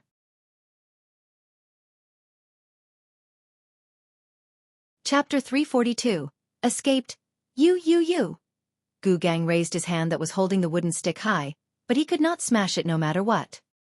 He felt that his hand was out of control, and a bad feeling welled up in his heart. Gradually, his pupils enlarged, and Gu Gang made a difficult hee-hee sound. He walked towards Gu Wanbao step by step, his eyes bloodshot as if he wanted to say something. However, in Gu Wanbao's eyes, it was obvious that he wanted to kill him. However, MDM Shen saw that something was wrong before him. She tugged at Gu Wanbao's sleeve. "Is he going to beat us to death? Let's run." Gu Wanbao pulled him away. Gu Gang was a little anxious. He moved his other hand and seemed to be able to control it. He immediately grabbed Gu Wanbao, who was walking past him. Gu Wanbao's expression changed. In his panic, he grabbed the scissors in the embroidered basket and stabbed them at him. Bright red blood spurted out, dyeing Gu Wanbao's hands and his clothes red. Gu Gang lowered his head in disbelief and looked at the scissors stuck in his chest. Gu Wanbao was also shocked. He lowered his head and looked at his hands. He had killed someone. He killed his own grandfather. Gu Wanbao suddenly took 2 steps back. He looked at Madame Shen, who also looked at him with wide eyes. You have to pay with your life for killing someone," she said with difficulty. Gu Wanbao's face turned pale. He shook his head. "No, I didn't do it on purpose. I don't want to pay with my life. I don't want to die. I don't want." He turned around and ran out in a panic. MDM Shen was still standing on the spot. She looked at Gu Gang, who was panting heavily on the ground, and suddenly laughed. Mao's head appeared at the door and waved at her. "Let's go." MDM Shen cleaned up the traces on the bed and followed Mao over the wall, temporarily leaving the Gu residence. At this moment, Gu Wanbao did not expect to bump into Shu and his cousin the moment he ran out of the door. Shu saw the blood on Gu Wanbao's hand at a glance, and so did his cousin. They both looked at him in shock. Gu Wanbao shook his head violently. I didn't. As he spoke, he ran away quickly and disappeared in an instant. Before Shu could say anything, his cousin shouted, "Oh no, something must have happened." She ran into the house first and searched around. In the end, she found the person lying on the ground in Gu Gang's main room, covered in blood. Screams instantly resounded throughout the entire Gu family.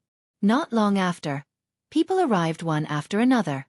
MDM Shen also came in with a basket. When she saw that her house was surrounded by people, she asked in surprise, "What's wrong? Why are they all gathered at our door?" When someone saw her coming over, he immediately said, "Oh, you're back. Something happened at your house. Your man was stabbed by his grandson. Blood is everywhere." "What?" MDM Shen's basket fell to the ground and she ran in without saying anything. Gu Gang's bed was filled with people. Among them, Madame Wang cried the most sadly. Madame Yu, on the other hand, muttered to herself. She looked at Shu's cousin one moment and shouted the next, "Impossible. My Wanbao didn't do it. He didn't do it." The cousin took 2 steps back. "I'm not the only one who saw it. Shu saw it too." His hands were covered in blood when he ran out. He was in a panic. I think we weren't the only ones who saw him when he ran away. There were others on the way. Why don't you ask? I don't believe it. I don't believe anyone until Wanbao is found.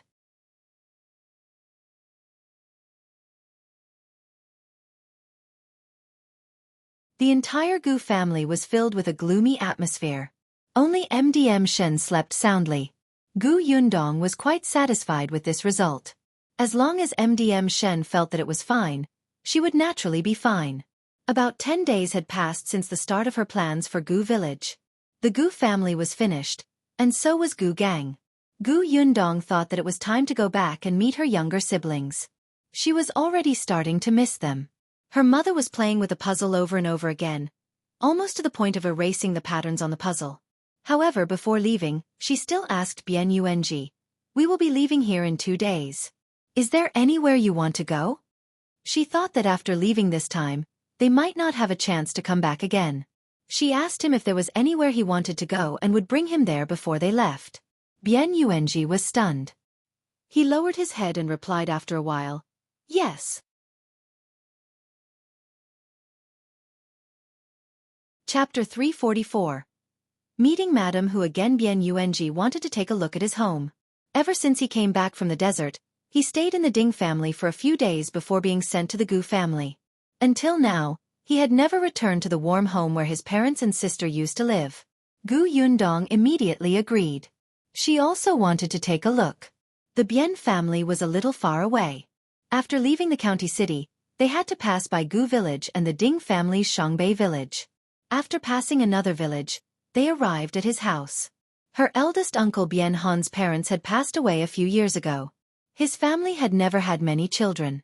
Bien Yuanzi's only close relative was Bien Han's sister, who had long been married off. Unfortunately, he did not return after escaping. Guaxia village was not big and was poorer than Gu village and Shangbei village. After the disaster, it was even poorer and there were not many people left in the village. When they saw Gu Yundong and the rest, they looked over curiously. It was only when they saw them going to the Bien family that they suddenly remembered. Wasn't he the child from the Bien family? The Bien family had long been in shambles. When they left previously, they had taken everything they could. Those that could not be taken away had probably been plundered long ago. However, looking at the familiar room and environment, Bien Yuanji was still very happy. After the joy, her heart ached. Her sister was gone and she would never come back. She did not know where her parents were or if they were still alive. Gu Yundong looked around and realized that there were some wood carvings in the corner. These were all made by her uncle. Eldest uncle used to be a carpenter. Unfortunately, he had only learned it for a short period of time, so he could only make some trinkets for a living. Gu Yundong took a piece of cloth from the carriage and laid it on the ground. She placed the small wooden carvings on it. Seeing this, Bien Yuanji also ran over to help. Now that he could eat and wear warm clothes, he felt much stronger. After packing the small wooden carvings, he carried them on his back. Unexpectedly, as soon as he stepped out of the door, he saw a few people surrounding him. A young-looking woman asked him, "Yuanji, is it you?" Bien Yuanji still remembered this person. She was the aunt next door. He immediately put down his things. "Aunt Li, it's me. I heard that you went to your grandpa's house. Why are you back?" The two villages were far apart, so Auntie Li really didn't know what kind of life he was living. Although she knew that his family and his grandfather's family did not have a good relationship, she did not expect it to be so bad. Bien Yuanji looked at Gu Yundong, then turned around and said, "I'm not at my grandpa's house anymore. I'm out. Auntie Li, I'm leaving. I might not come back in the future." Aunt Li was stunned. She looked at him, then at Gu Yundong and MDM Yang. She did not ask further. She just sighed and said, "No matter what, it's good to be alive. It's not easy to have a full meal these days. You're a good child. Take good care of yourself." Based on Bien Yuanzi's current attire, he seemed to be doing well. He should be living a good life. Bien Yuanji nodded at Aunt Li with a smile. He now had a cousin and his aunt, Ashu and Kiki. He was very good. Picking up the cloth bag on the ground, Bien Yuanji walked towards the carriage. Unexpectedly, halfway there, he suddenly saw someone walking over. As soon as Bien Yuanji saw that person, He recalled a bad memory. He turned around and ran towards Gu Yundong, holding her hand nervously.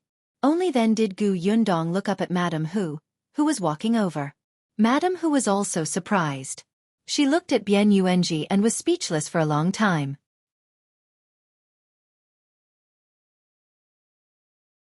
Chapter 345. A Little Familiar upped by BOXN0VEL. Siomicron M. Madame Hu called out to him tentatively. Yuanji? She couldn't be blamed for not being sure.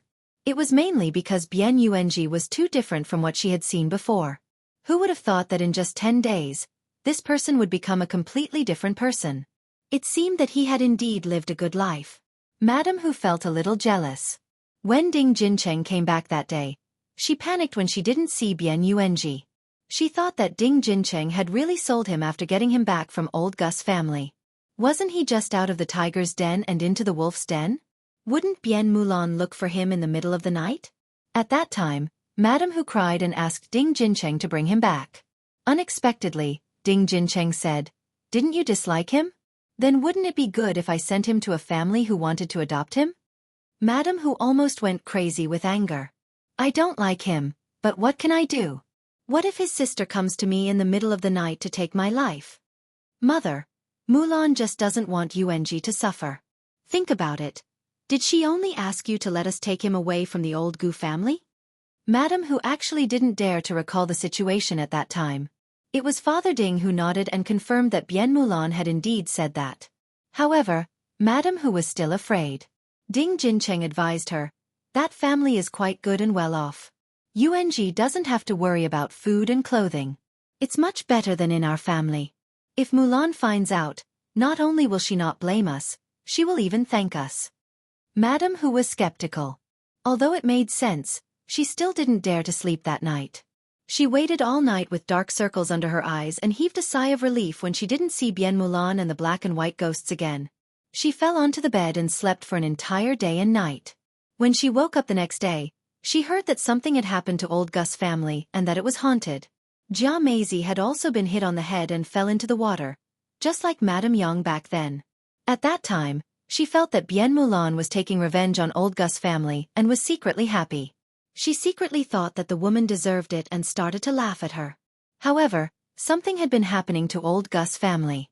In just 10 days, they had actually reached the point of killing each other and breaking their limbs. Madame Hu was a little afraid. She felt that Mulan seemed to be a little ruthless and especially vengeful. She was afraid that after Mulan finished dealing with old Gus' family, she would remember what Madame Hu had done wrong and look for her again. Therefore, Madame Hu set up a memorial tablet for Bian Mulan at home and burned a lot of paper money. In the end, she still felt uneasy. She actually dreamed of Bian Mulan's family in the middle of the night. She shivered and came to the Bian family the next day. She wanted to clean the house for the Bian family so that Bian Mulan could stay at her maternal home if she had nothing to do and wouldn't scare them again. He didn't expect to see Bian Yuanji here. Bian Yuanji still looked like he was living a good life. Madame Hu shifted her complicated gaze away from him and looked at Gu Yundong. Then she was stunned. This woman looked a little familiar. "Miss, have we met before?" Gu Yundong did not like Madame Hu. Initially, she did not want to talk to her. Unexpectedly, Madame Hu remembered it herself. "By the way, it's at Xingxing restaurant, right? You asked my Jincheng about something, right?" Gu Yundong was a little surprised. He did not expect Madame Hu to have such a good memory at her age. Madame Hu was a little jealous. Her Jincheng knew such a rich family first, but she didn't expect Bian Yuanji to take advantage in the end. Gu Yundong nodded slightly and said to Bian Yuanji, "Let's go." "Yeah." Madame Yang also held Bian Yuanji's hand and said, "Don't be afraid. Dong Dong will protect you." Madame Hu was stunned. Why did this person's words sound?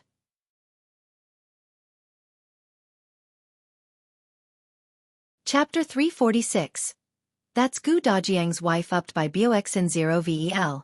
Siomicron and Madame Hu watched as the three of them got into the carriage, but her brows furrowed slightly. It was only when their carriage disappeared into the distance that she came back to her senses. She strode towards Auntie Li's house and asked her, "Hey, do you know who the person with Yuanji is?" Auntie Li shook her head. "How would I know?" She didn't really want to bother with Madame Hu. Besides, she really didn't know. She had only said a few words to Yuanji. That girl looked very noble. How could a poor family like hers dare to look at the girl? Seeing that she could not find out anything, Madame Hu was a little angry. At this moment, she could not be bothered to go to the Bien house. She turned around and ran home.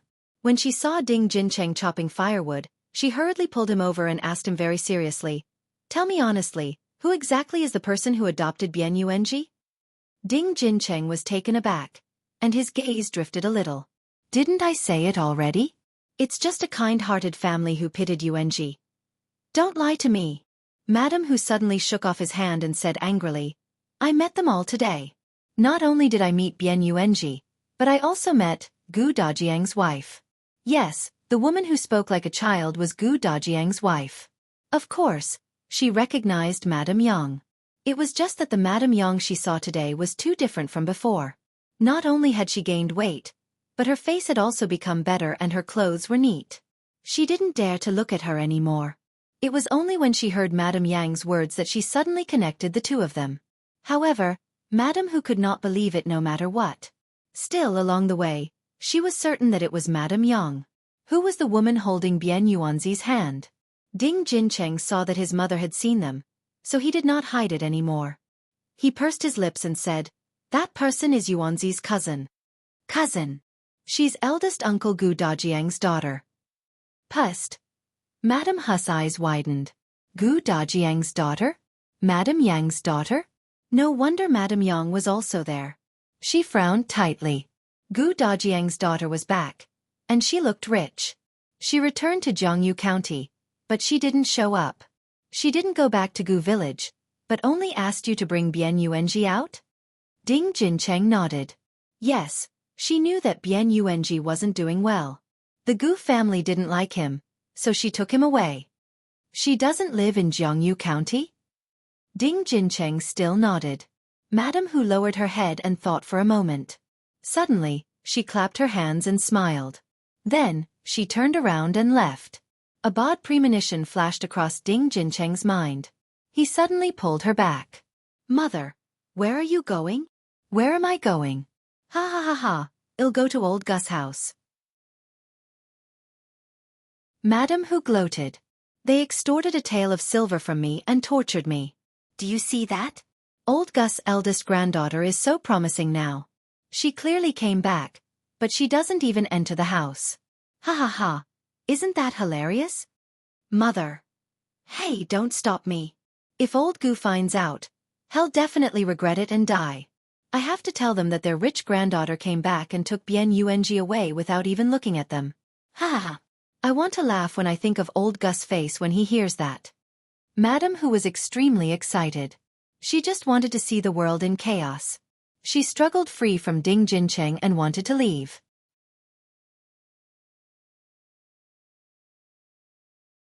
Chapter 347. I'm Not Scaring You. TED by BXN0VEL. Siomicron however, when Ding Jincheng heard her words, he broke out in cold sweat. He hugged her and dragged her back. Mother, don't go." Not only did he drag Madame Hu back to the house, but he also locked the door. Madame Hu was furious and pinched his hand desperately. "Why are you stopping me?" "Mother." Ding Jincheng pressed her down on the chair and said with a serious expression, "If you want me to lose my limbs, go ahead." Madame Hu, who was about to hit him, paused and looked at him in surprise. "What do you mean?" "Mother, have you forgotten what happened to old Gus' family recently?" Ding Jincheng took a deep breath and lowered his voice. "I suspect that the eldest daughter of the Gu family is behind old Gus' family's matters." "Huh." Madame Hu's eyes widened, as if she didn't believe it. "Her? How is it possible for a girl who didn't even dare to speak loudly in the past to do that?" "I'm not scaring you," Ding Jincheng said. "In the past, she didn't dare to speak loudly, but now she does. Don't forget that at Xingxing restaurant that day, other than her, there was a man who looked powerful and influential. Now that the eldest daughter of the Gu family has a backer, she's more confident. The last time she saw me, her gaze was so terrifying that I was afraid of her." Madame Hu was stunned. There did seem to be a man. She thought of the Gu Yundong she had seen today. Her gaze was indeed a little scary. She slowly calmed down, but she still couldn't believe it. But didn't the second and third branches of old Gus family fight between themselves? That's why I find it scary. Ding Jincheng did not expect them to be involved, but the last time he passed by Gu village and saw a go, he found it strange. Bian Yuanji had already been sent back, so why would this person who had been with Gu Yundong appear? When he heard that something had happened to old Gus family and that it was very tragic, he could not help but shiver. He did not even dare to go to the county city during this period of time. Mother, think about it. Why didn't anything happen to old Gus family earlier or later? Why did something happen as soon as Yuanji left? Why did Gu Yundong stay in Jiangyu County even though she had already rescued Bian Yuanji? Why did old Gus family get into trouble? And even Patriarch Gu became like that. These people all have a grudge against Gu Dajiang. As Ding Jincheng spoke, he couldn't help but swallow his saliva. I suspect that the Gu girl came back this time to take revenge. Gu Dajiang must have died. Perhaps his death is related to old Gus family, so when she becomes capable, she comes to find trouble with old Gus family. The man she followed is obviously powerful. Mother, let's not get involved with them. Otherwise, we won't have a good life either. He had been thinking a lot these past few days. The more he thought about it, the more he felt that this was the case. He even suspected that his parents' encounter with a ghost had something to do with her. Madam who was stunned when she heard this. However, when Ding Jincheng said that, his tone was scary, making one's hair stand on end. She glared at him. Then I won't go? Don't go. Madam who wanted to laugh at old Gus family, but when she thought of the miserable state of old Gus family, she decided to forget it. What if this woman realized that they were bad to Bian Mulan and Bian Yuanji? Gu Yundong did not know that Madam who had almost gone to Gu village to announce her return, but it did not matter even if she did. The Gu family was already in such a state. So what if they knew that she was the one who did it?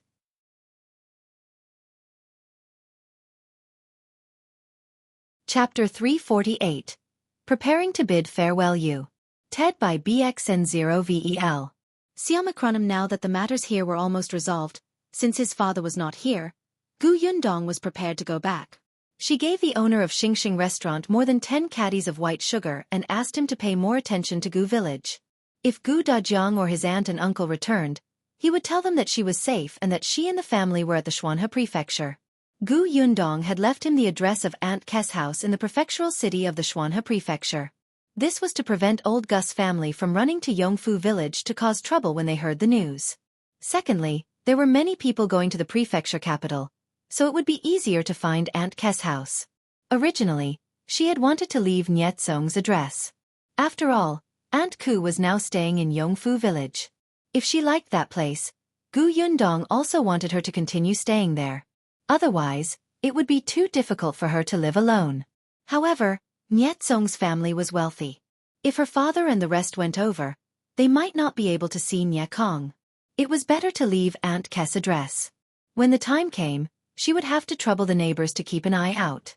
The owner of Xingxing restaurant liked white sugar very much and had a good relationship with Gu Dajiang. He agreed without hesitation. When everything was settled, Gu Yundong began to pack her luggage and clothes. She had not stayed here for long, so she did not have many things. However, he bought a lot of trinkets for Madame Yang and Bian Yuanji as a memento. Just as she was packing her luggage, there was a knock on the door. A Mao's voice came from outside the door. My lady, Miss Shen is here. Gu Yundong was stunned. She opened the door and saw MDM Shen standing outside. She was dressed in dark green clothes and looked a little haggard. When she saw Gu Yundong, her smile was very gentle. Gu Yundong glanced at the bag on her back and was a little surprised. What are you? I'm here to bid you farewell. Gu Yundong let her in and poured her a glass of water. Farewell? Where are you going? Will old Gus family let you go? It was early in the morning and still a little cold outside. MDM Shen took a sip of hot water and felt much warmer. She smiled. So what if they won't let me go? Gu Gang could not even speak. He stared and drooled all day. Madame Wang wanted to detain her as a slave. Now that Gu Gang was no longer supporting her, Madame Wang wanted to bully her to death, but she was no longer obedient. As for Madame Yu and her husband, They were still trying their best to find out where Gu Wanbao was. Didn't Madame Yu use such a despicable method to send her to Gu Gang's bed because she was afraid that Madame Shen would pester Gu Wanbao? Now, Madame Shen would let her have a taste of losing her son. MDM Shen was overjoyed and her smile became brighter. Back then, when Gu Gang wanted to take me in as his concubine, I lied and said that I had lost my household registration certificate. In fact, I had been hiding it all along. When Gu Gang wanted to go to the government office to get me a new one, I thought of a way to delay it until now. Although I'm his concubine on the surface, I'm still a good citizen. Even if I escape, they can't do anything to me. Although the refugees had been back to their hometown for some time, because the two villages had merged, many household registrations were still unclear, so she was not an exception. Gu Yundong admired her. Then where do you plan to go? I'll just go home. MDM Shen sighed faintly. I remember you saying that your home is in a town on the other side of Feng County, right? Feng County is not close to here. It could even be said that it was far away. After leaving Jiangyu County, they had to pass through the Yongning Prefecture. Why don't you wait for another day? We'll give you a ride. We have to pass by anyway.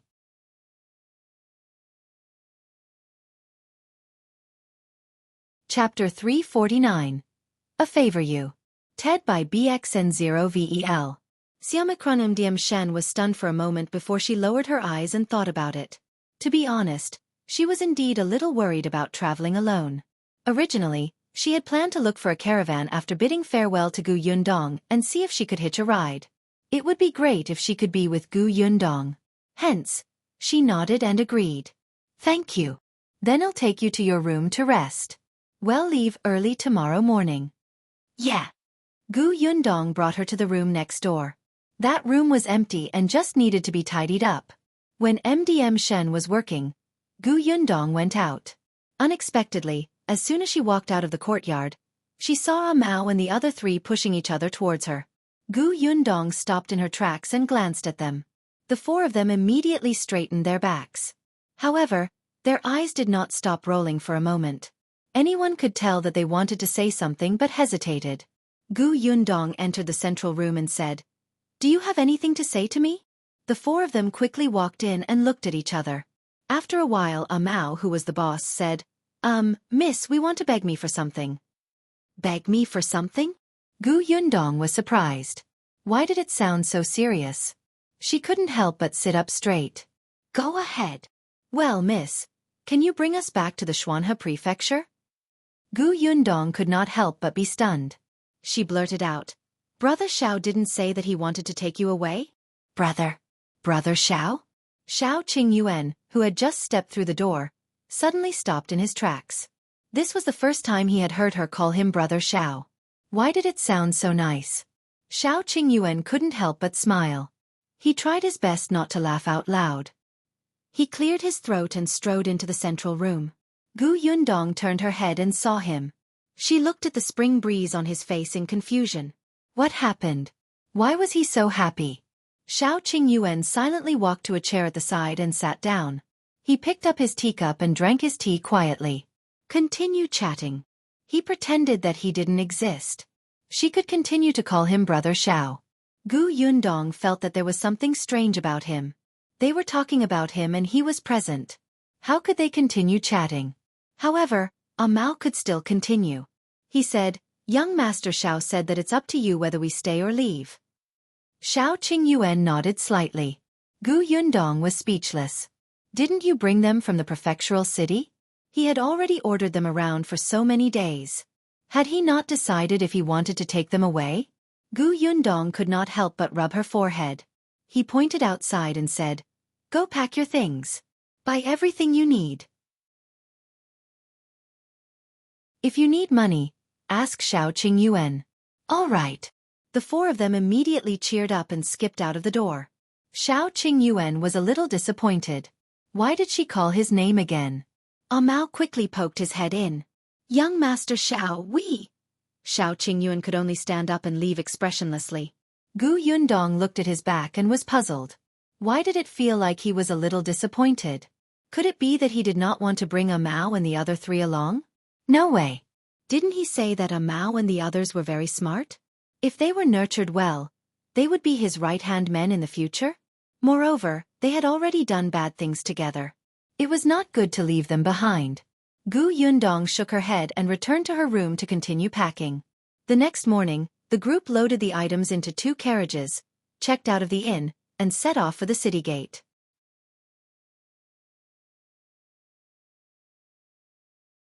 Chapter 350. Follow-up of Gu Village U.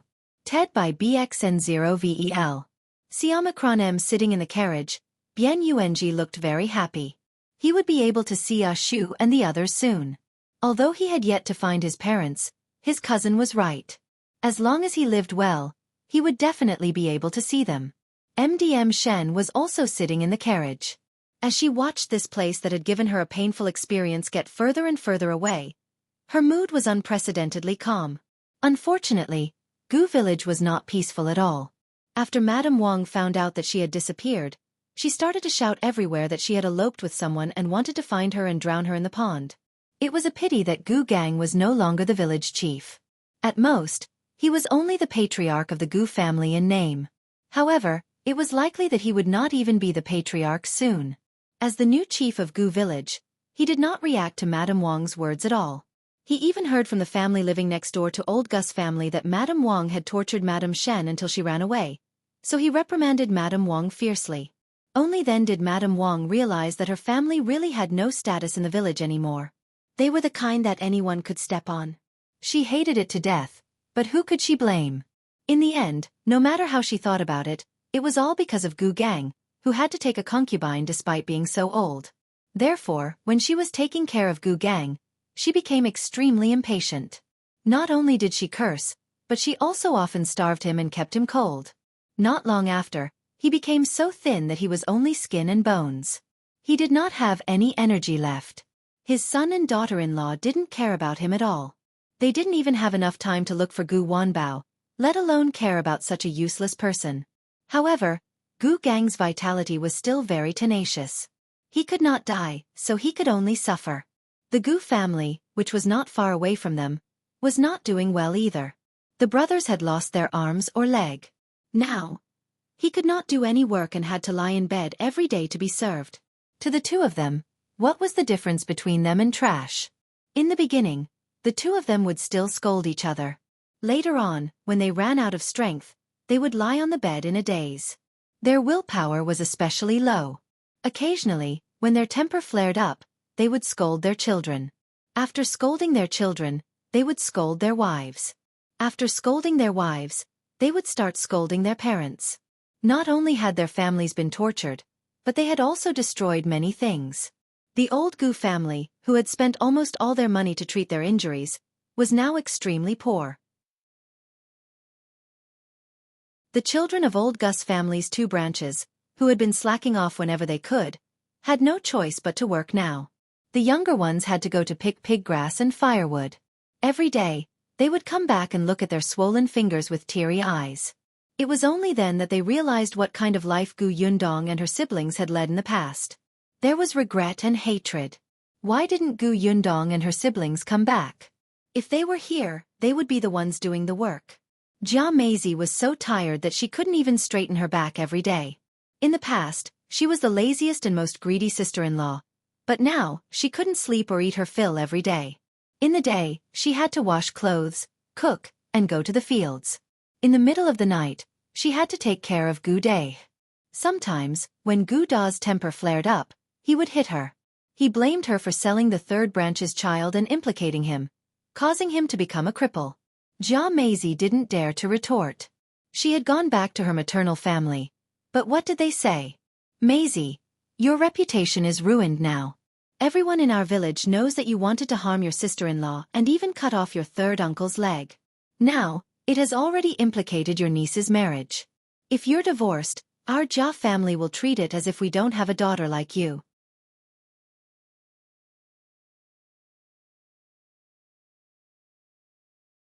Chapter 351. The Gu family's granddaughter returned you. TED by BXN0VEL. Siomicron M. Jia Maisie could only continue to stay in old Gus' house. She was ordered around by Madame Zhao and scolded by Gu Dai. However, her children did not understand her and pushed all the blame to her. Madame Chong was still in a daze. She did not go out at all and rarely even left her room. Not only was she unable to take care of Gu Dahu, she even needed her daughter to take care of her. Madame Zhao was furious and deliberately starved her a few times. Madame Chong was so hungry that she couldn't take it anymore and came out, but she directly smashed the door of the main house to find food and almost fought with Madame Zhao. Madame Zhao almost fainted. She was also busy. Madame Chong could not take care of Gu Dahu, so she could only do it herself. There were many things to do at home. She was already so old, but she still had to do it herself.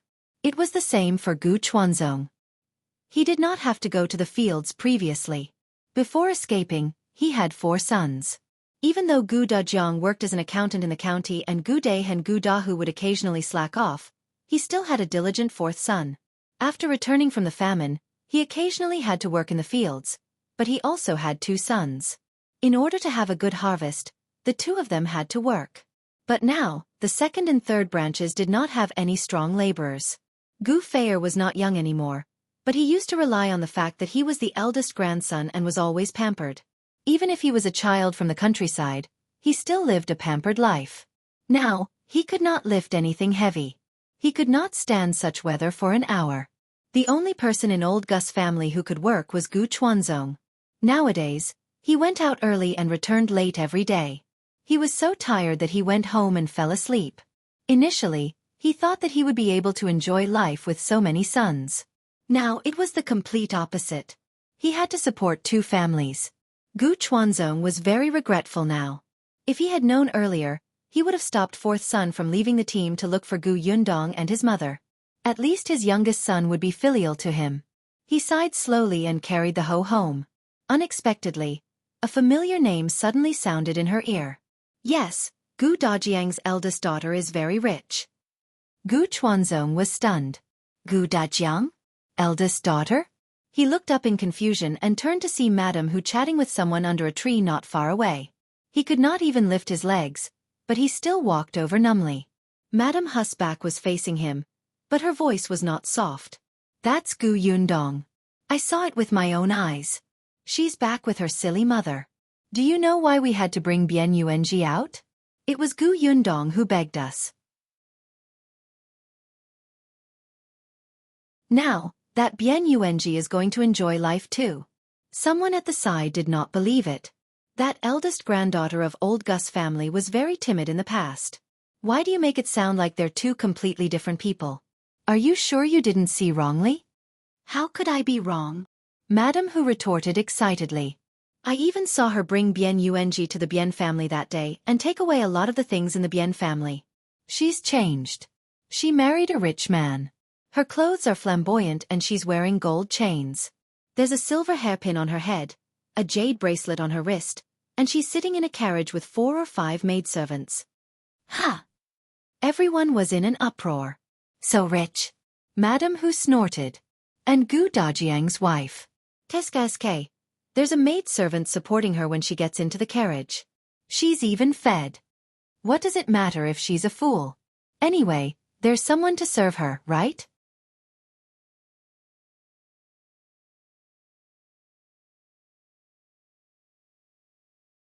Your granddaughter is already married. The rich man is her husband. Why should he care about you? What about Gu Dajiang? What about Gu Yunshu? My son and grandson. It would be unfilial of them to ignore me. Madame Hu smiled even more happily. I only saw Gu Dajiang's wife. As for Gu Dajiang and Gu Yunshu, I didn't see them. Don't tell me these 2 are gone? Think about it, if they were still alive, would Gu Yundong not bring them here? She even brought Madame Yang with her when she went out. I don't think there's anyone else in the family who can take care of her. When everyone heard this, they all thought that it made sense. Madame Yang was a fool. It would be so troublesome to bring her out. If Gu Dajiang was around, she would definitely leave her at home for him to take care of. If Gu Yunshu was around, Gu Yundong might as well bring him along instead of a fool. The daughter must have been worried without Madame Yang's close relatives by her side.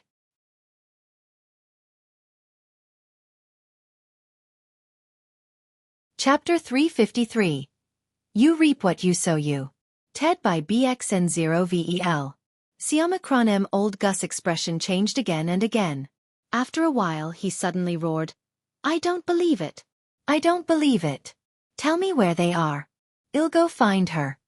As he spoke, he came to pull Madame Hu. Madame Hu was pulled off a huge rock and lost her balance, spraining her ankle. She was in so much pain that her face contorted and she spoke without thinking. All right, go and find her. Let me tell you, it was Gu Yundong who caused your family to become like this. If you're not afraid of death, go and find her again and see if she'll take the lives of your 2 sons. Everyone was speechless. The entire venue was silent. Everyone gasped and looked at Madame Hu, unable to say a word. After a while, someone couldn't help but gulp and ask, Who, what did you say just now? Madame Hu suddenly came back to her senses and cursed in her heart. Previously, she had really been persuaded by Ding Jincheng not to provoke Gu Yundong. However, when she heard that the ghost she had encountered that night might have been her doing, Madame Hu could no longer remain calm. She was so angry that she wanted to settle the score with Gu Yundong. However, when she thought of how miserable old Gus' family was, she was afraid. After delaying it for a few days, the more she thought about it, the angrier she became. The angrier she became, the more indignant she became. What should she do? In the end, she pushed the responsibility to old Gus' family. Wasn't this all old Gus' family's fault? If she could not find trouble with Gu Yundong, could she not cause trouble for old Gus' family? Madame Hu was quite shrewd. She saw that there had been no movement from old Gus' family recently. So Gu Gang's family was just like that. She also noticed that Shen had escaped. When one thought too much, it would be easy for one to come up with conspiracy theories. Madame Hu felt that Shen had been arranged by Gu Yundong from the beginning. After Shen left, there was no movement from old Gus' family. Gu Yundong must have left Jiangyu County. Therefore, Madame Hu came to Gu Village. She deliberately came to provoke old Gus' family. But she only planned to say that Gu Yundong was living a good life because of her wealth. She did not intend to reveal her and Ding Jincheng's guesses. It was all old Gus' fault for letting her tongue slip. Madame Hu wanted to take back her words, but there were so many people around and they heard her clearly. When they regained their senses, they immediately grabbed her and asked, Are you telling the truth? Was it Gu Yundong who did everything to old Gus' family? But she didn't come to our Gu village. How did she do it? That's right. Gu Yundong was so timid in the past. How dare she do such a cruel thing? Seeing that she couldn't fool them anymore, Madame Hu decided to give up. That's right. Those things were done by the Gu girl. She didn't come to the Gu village, but didn't I say that girl is rich now? With money. Are you afraid that she won't be able to find someone to help her? She was timid in the past. But don't you see how badly she was persecuted by old Gus' family? Her father and siblings are dead, and her mother was harmed by Jia Meizi. How can she not hate her? So, this was all forced by old Gu. Madame Hu came to a conclusion. The Gu family reaped what they sowed. If they had treated Gu Yundong better in the past, wouldn't she have brought their family over to enjoy life now that she's rich? Just look at how Bian Yuanji is living now. Not far away, Madame Zhao also roughly heard it. Her expression immediately turned ferocious as she shouted, That be *T6, I'm going to sue her. She caused our family to be like this. I'm going to sue her. Madame Hu laughed out loud when she heard this. Go ahead. Don't blame me for not reminding you. The man that the Gu girl married is not an ordinary person. One look and you can tell that he's powerful. Otherwise, how could he make all of you lose your arms and legs? If you sue him, you won't even be able to protect your grandson. Madame Zhao's face turned pale, but old Gu suddenly roared. He turned around and pounced at Madame Zhao, grabbing her and beating her up.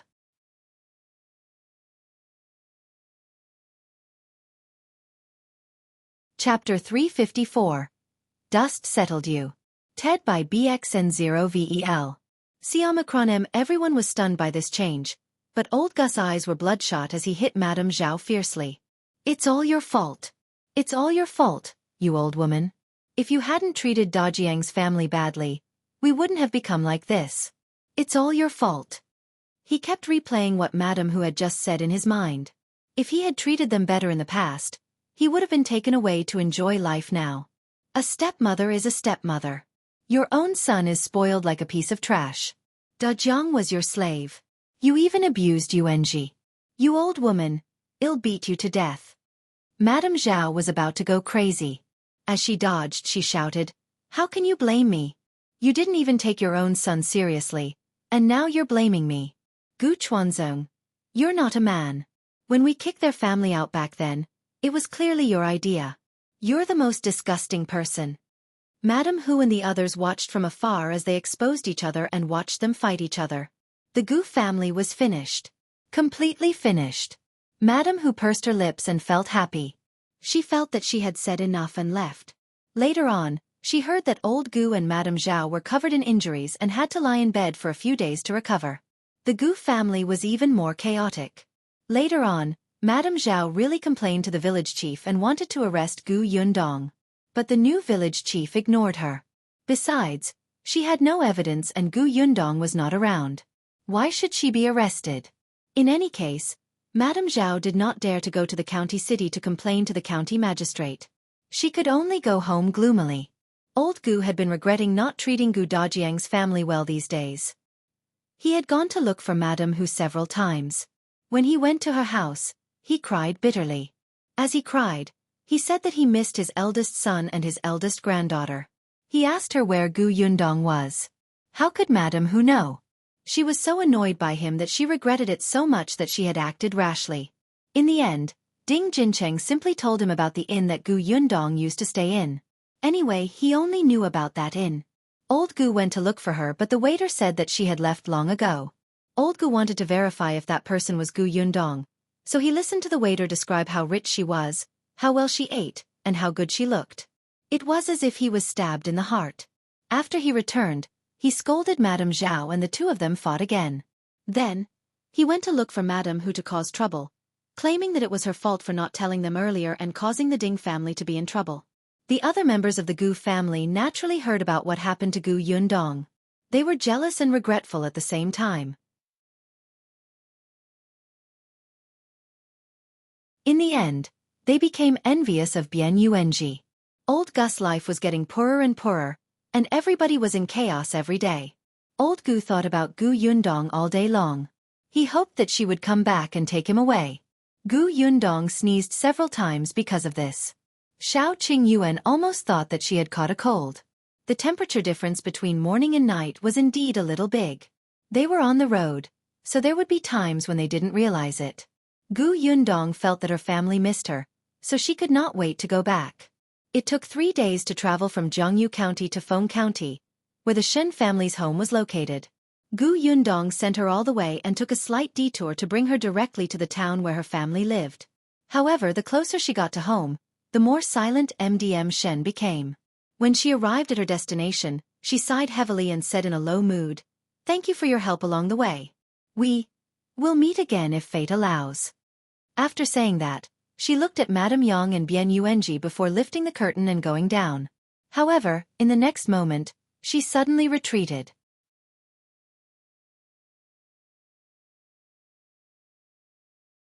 Chapter 355. Can you bring me along? You. TED by BXN0VEL. Xiaomicron M. Gu Yundong was stunned. What's wrong? Shen's expression changed slightly as she glanced outside the carriage curtain. Gu Yundong was puzzled.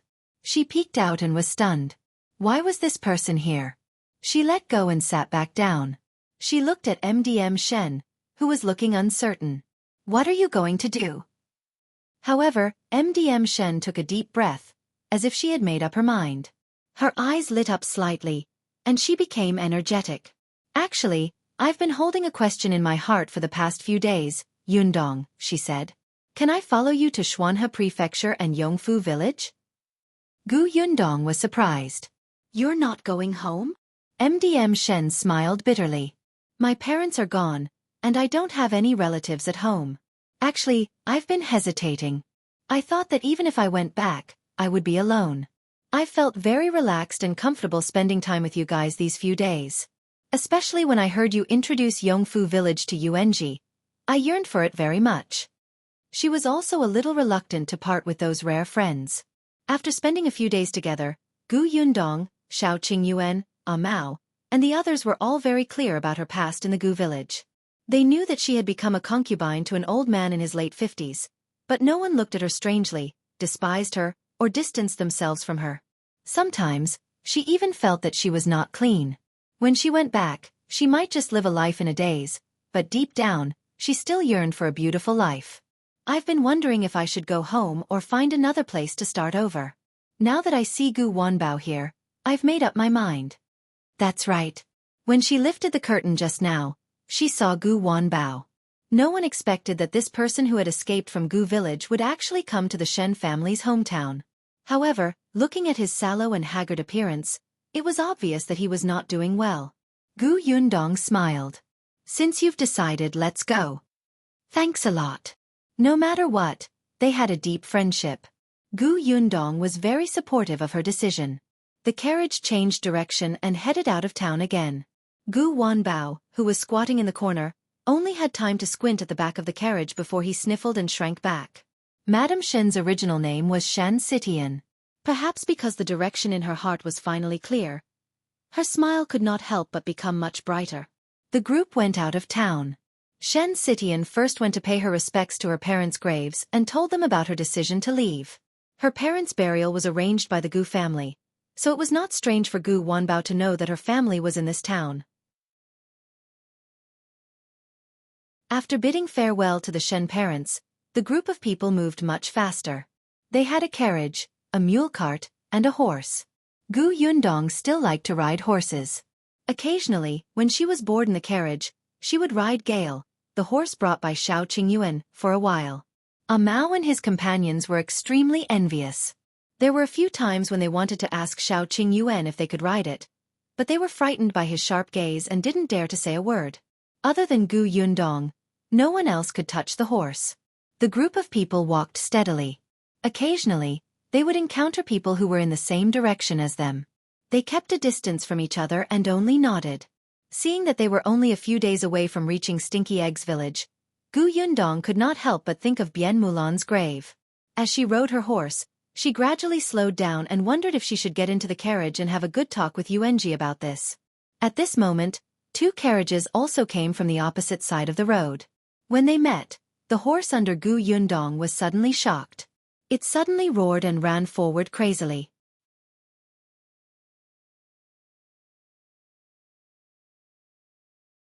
Chapter 356. Fear You. TED by BXN0VEL. Siamakrum, ah! Gu Yundong screamed and hurriedly grabbed the reins of the horse. She tried her best to stabilize herself and try not to fall off. Xiao Qingyuan's expression changed drastically. He suddenly pulled the carriage and hurriedly instructed the people in the carriage, "Miss Shen, take good care of them."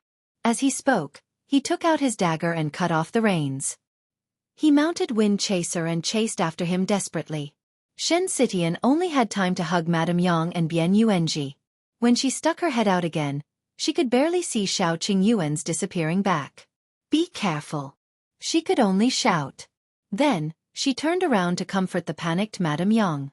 Although Gu Yundong was very familiar with riding horses, she still could not deal with such a crazy horse that seemed to have been provoked. She could only hold the reins tightly and try her best to stabilize herself so that she would not fall. It was fine if she fell down here, but she was afraid that she would be trampled to death by the horse before she could get up. "Gale, calm down." She tried to calm it down, but at this moment, Gale could not realize who was on her back. It could not even tell the direction anymore, and began to run into the forest. Gu Yundong hurriedly lowered her body to prevent the branches from scratching his face and eyes. However, she was anxious. The horse did not slow down at all. "Yundong." A familiar voice came from behind.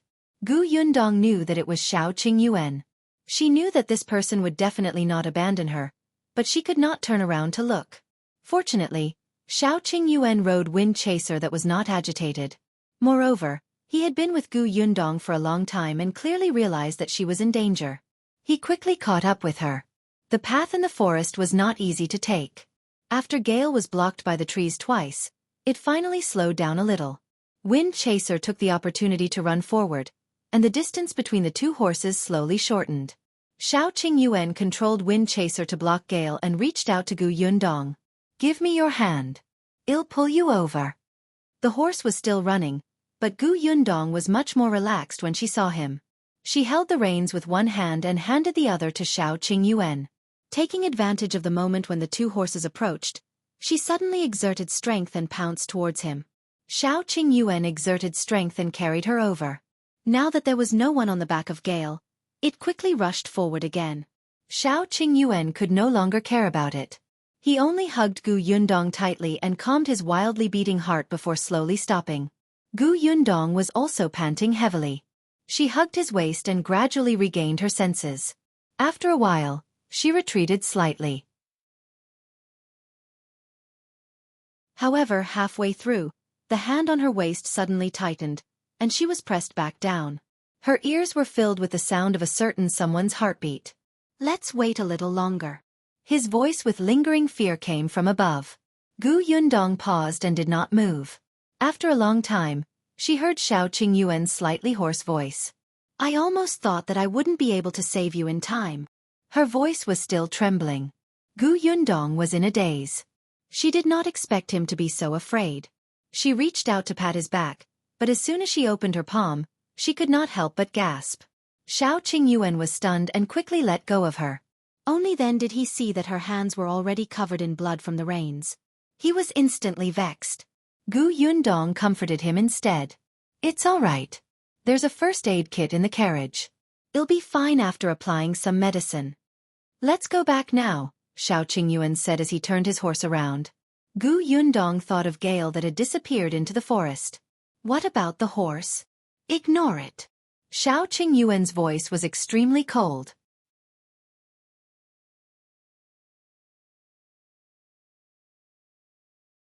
Chapter 357. I'll give you money as compensation you. TED by BXN0VEL. Xiaomicron M. Xiao Qingyuan still hugged her tightly and rode back with her. They had already run a long way. Madame Yang and the others were probably worried to death. Xiao Qingyuan thought that the injury on her hand needed to be treated properly and couldn't help but speed up. However, when they saw where the carriage was parked from afar, their faces could not help but darken. Mao and the others were either holding their stomachs or hands and feet as they fell to the ground, groaning in pain. Shen Sitian protected Madame Yang and Bian Yuanji as she stood beside the carriage and looked at the people opposite her warily. There were 7 people standing in front of them. One was a middle-aged man dressed in riches who looked like the master. The other was a boy in his early teens. There were 2 tall men who looked like guards. There were also 2 coachmen and a maidservant. There were also 2 carriages behind them. This group of people was the ones who had brushed past them at that time. Xiao Qingyuan rode his horse forward. When Mao and the other 3 saw them, their eyes lit up. They couldn't care less about the pain on their bodies. They stood up and staggered over. Young master, miss, it's him. It's that kid who blew an arrow at Gale's butt. That's why Gale suddenly ran crazily. We wanted to stop them, but we couldn't beat him. He pointed at the boy in his early teens. Xiao Qingyuan's sharp gaze suddenly shot towards him. The child was a little afraid when he met his gaze. However, he quickly thought of the 2 guards on his side. The 4 people who wanted to stop them just now had been beaten until their butts were swollen. What was there to be afraid of? Therefore, the boy raised his chin and snorted. So what if it's me? He was still playing with a small blowpipe in his hand. I just wanted to see if that horse is a good horse.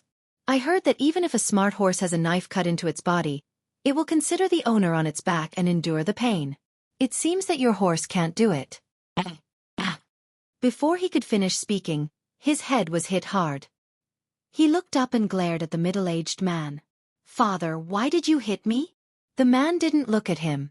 He only cupped his hands at Xiao Qingyuan and said with a smile, I'm really sorry. I didn't teach my son well. This girl was frightened. Fortunately, she's safe and sound. Hey, race 20 taels of silver. Take it as a compensation for you. He took out a banknote and handed it over. Xiao Qingyuan did not even look at it. He just bent down and entered the carriage. He took out the first aid kit and lowered his head to carefully treat the wound on Gu Yundong's palm. Madame Yang and the others exclaimed and hurriedly ran forward. " Dong Dong, are you bleeding?" Madame Yang's heart ached terribly. She lowered her head and blew on it for her tears almost falling. Gu Yundong could only comfort her. "It's all right, it doesn't hurt." The man's outstretched hand was a little awkward. When he saw Gu Yundong's palm, he suddenly realized something and quickly took out another banknote. "This is 50 taels. Please accept it." Xiao Qingyuan still had his head lowered. He had already wrapped her hand with gauze layer by layer. The corners of Gu Yundong's mouth twitched. Wasn't it a little too thick? Seeing that the strangers had ignored them again and again, the child finally couldn't help but say, "Hey, my father is talking to you. Do you hear him?" Seeing that the hand was treated, Xiao Qingyuan let go and walked towards the child. One of the guards instinctively sensed danger and reached out to stand in front of the child. The child was a little unwilling to be protected, which made it seem as if he was afraid of them.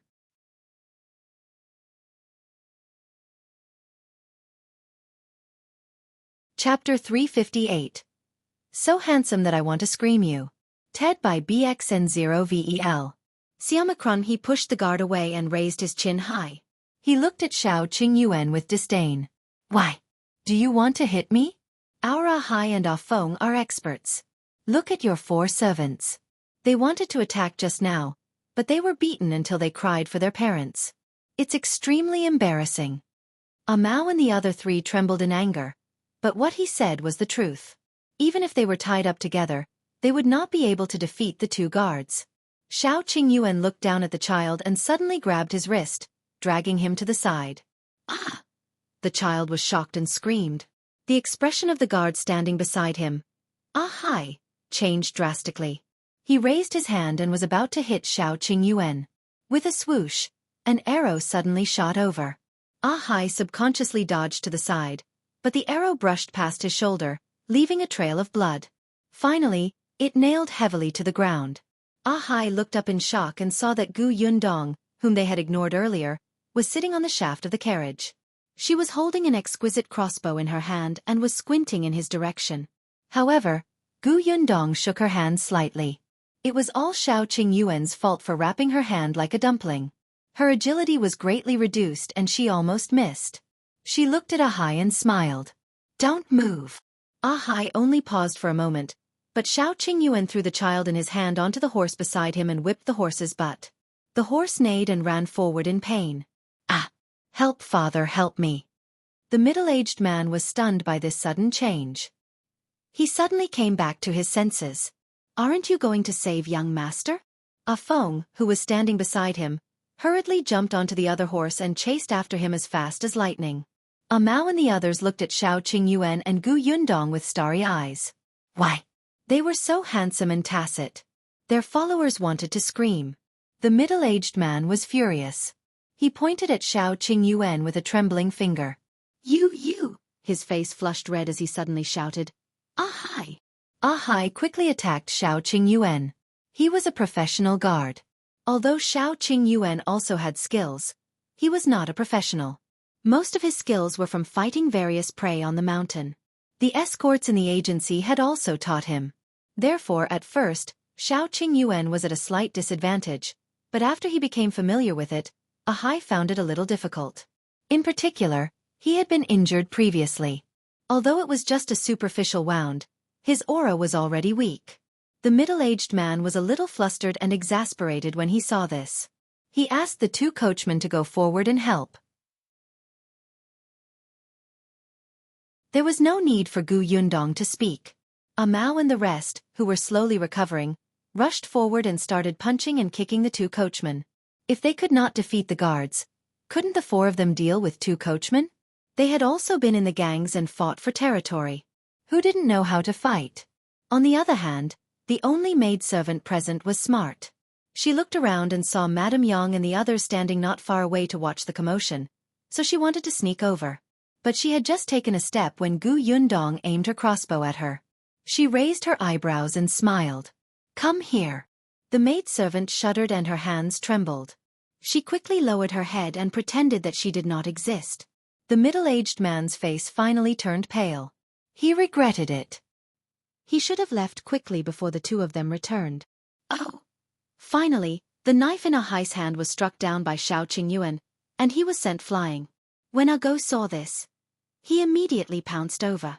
He picked up the rope and tied the man up. He could not help but hit the man's head. "Who told you to kick my stomach?"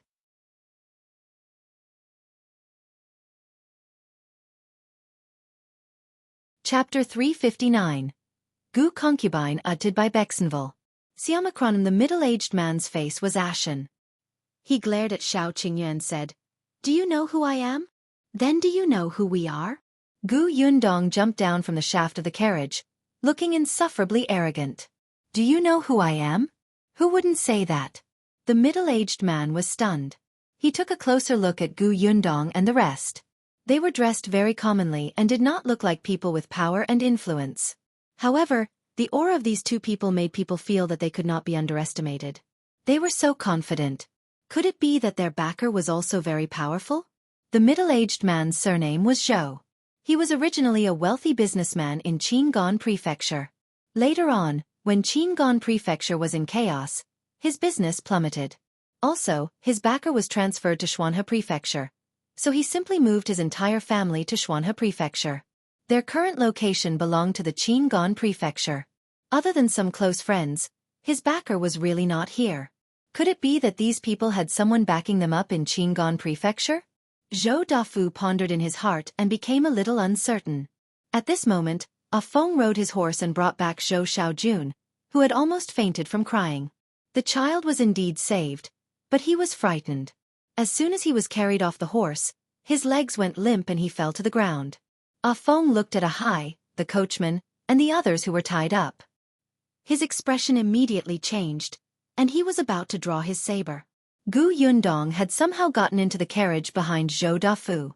A dagger was pressed against his neck as he glanced at Ah Feng. The latter immediately stopped and was tied up by Ah Mao. Zhou Dafu stared at the dagger on his neck and trembled in fear. He finally realized that he had become meat on the chopping board. His voice immediately softened. "Guys, let's talk things out. This matter is indeed our family's fault. We will apologize and compensate the two of you. Can you give us a price?" Gu Yundong raised his eyebrows. Zhou Dafu sensed the change in her attitude and hurriedly said, "Look, my son did go overboard and did something wrong, but you've also taken revenge. Look, he's so scared that he can't speak. We're even now, right?" Everyone looked at Zhou Xiaojun, who was covered in sweat. This child in his early teens had probably never experienced such a life-and-death situation. He was so frightened that his face turned pale and his hands and feet trembled. The lesson was indeed quite ruthless. But Gu Yundong did not regret it at all. He had asked for it. If she had not been calm enough, if Xiao Qingyuan had not risked everything to save her, she would have been thrown off the horse and trampled to death.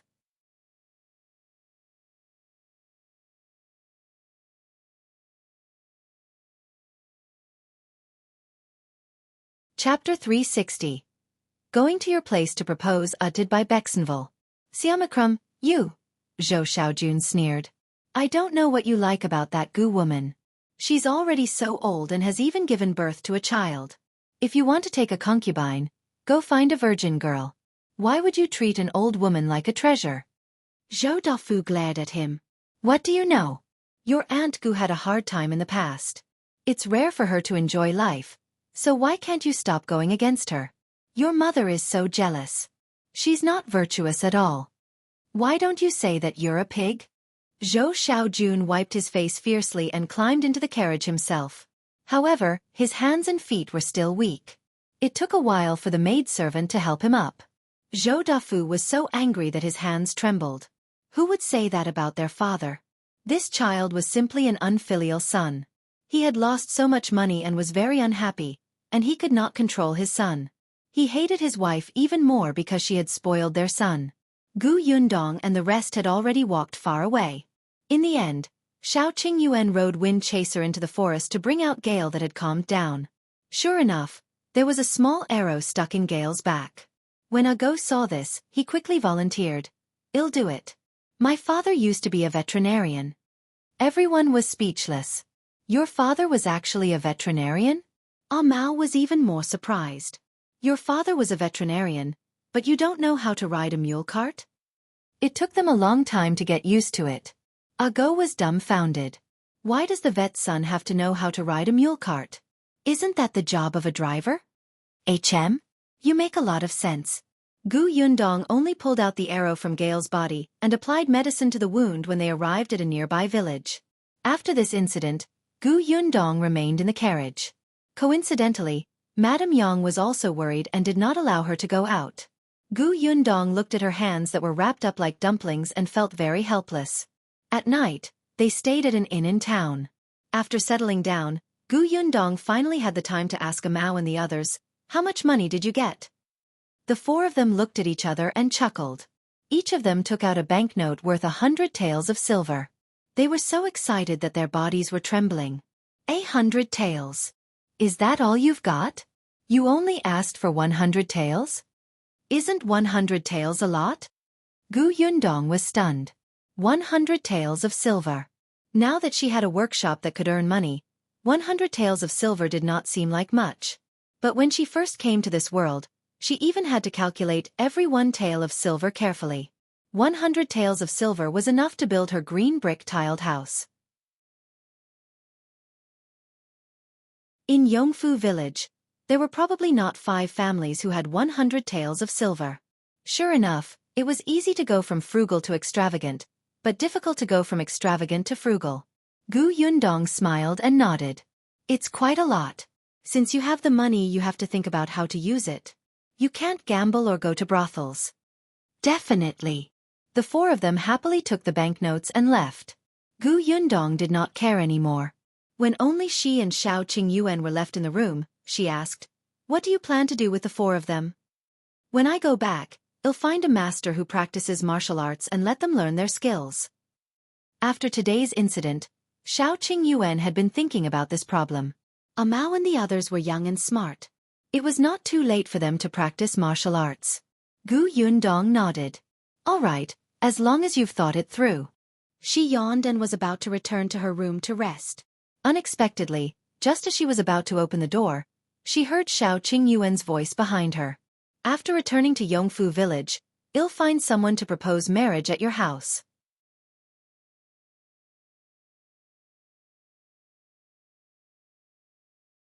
Chapter 361. Be more reserved. Uttered by Bexenville. Siomicron M. Gu Yundong? Gu Yundong.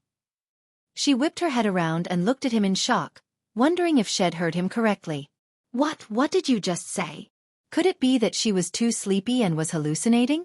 Xiao Qingyuan repeated. "After we go back, I'll find someone to propose marriage. What do you think of Aunt Zheng? Our families are familiar with her and we live next to each other. If there's anything we don't know, she'll remind us." Gu Yundong was sure that she did not hear wrongly this time, but she still looked stunned.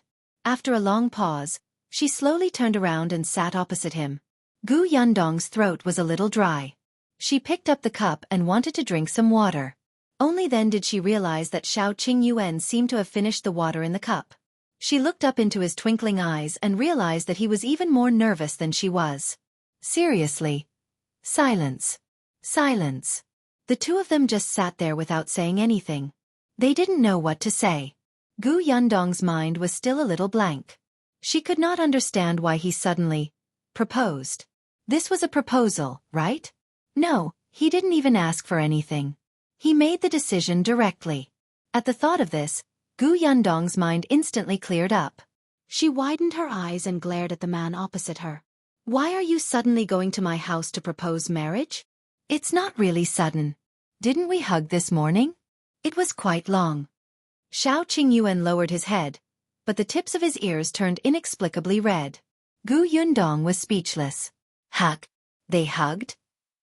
"You're going to my house to propose marriage because you've hugged me and you're taking responsibility for me?"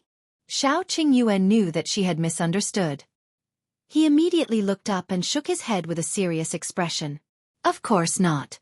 I originally wanted to wait until you reached adulthood, but since you've already hugged me, I can only bring it forward." He said it as if he had no choice, but the corners of his lips kept curling up. Gu Yundong could not help but raise her leg and kick him. "What do you mean you'll go when I'm of marriageable age? Did I agree? You can go just like that?"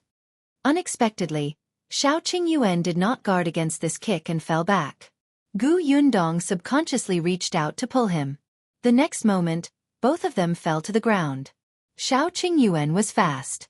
When he fell, he turned his body slightly so that Gu Yundong would fall on him and not get hurt at all.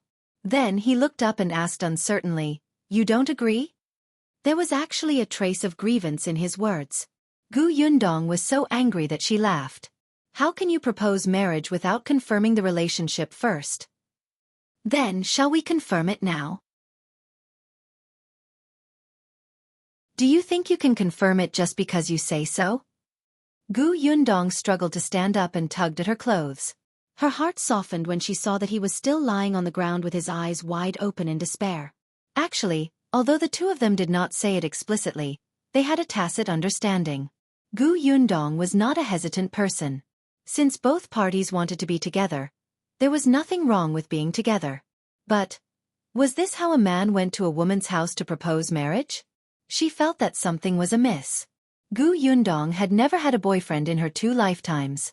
In terms of relationships, she was actually very clumsy. However, she had at least read books and watched television. She had also read a lot of Chicken Soup for the Soul. The books had said that she could not let a man succeed too easily. Otherwise, he would think that she was easy to woo and would not cherish her. She had to be more reserved. Hence, she thought about it and coughed lightly. In the end, she said, "I have to think about it."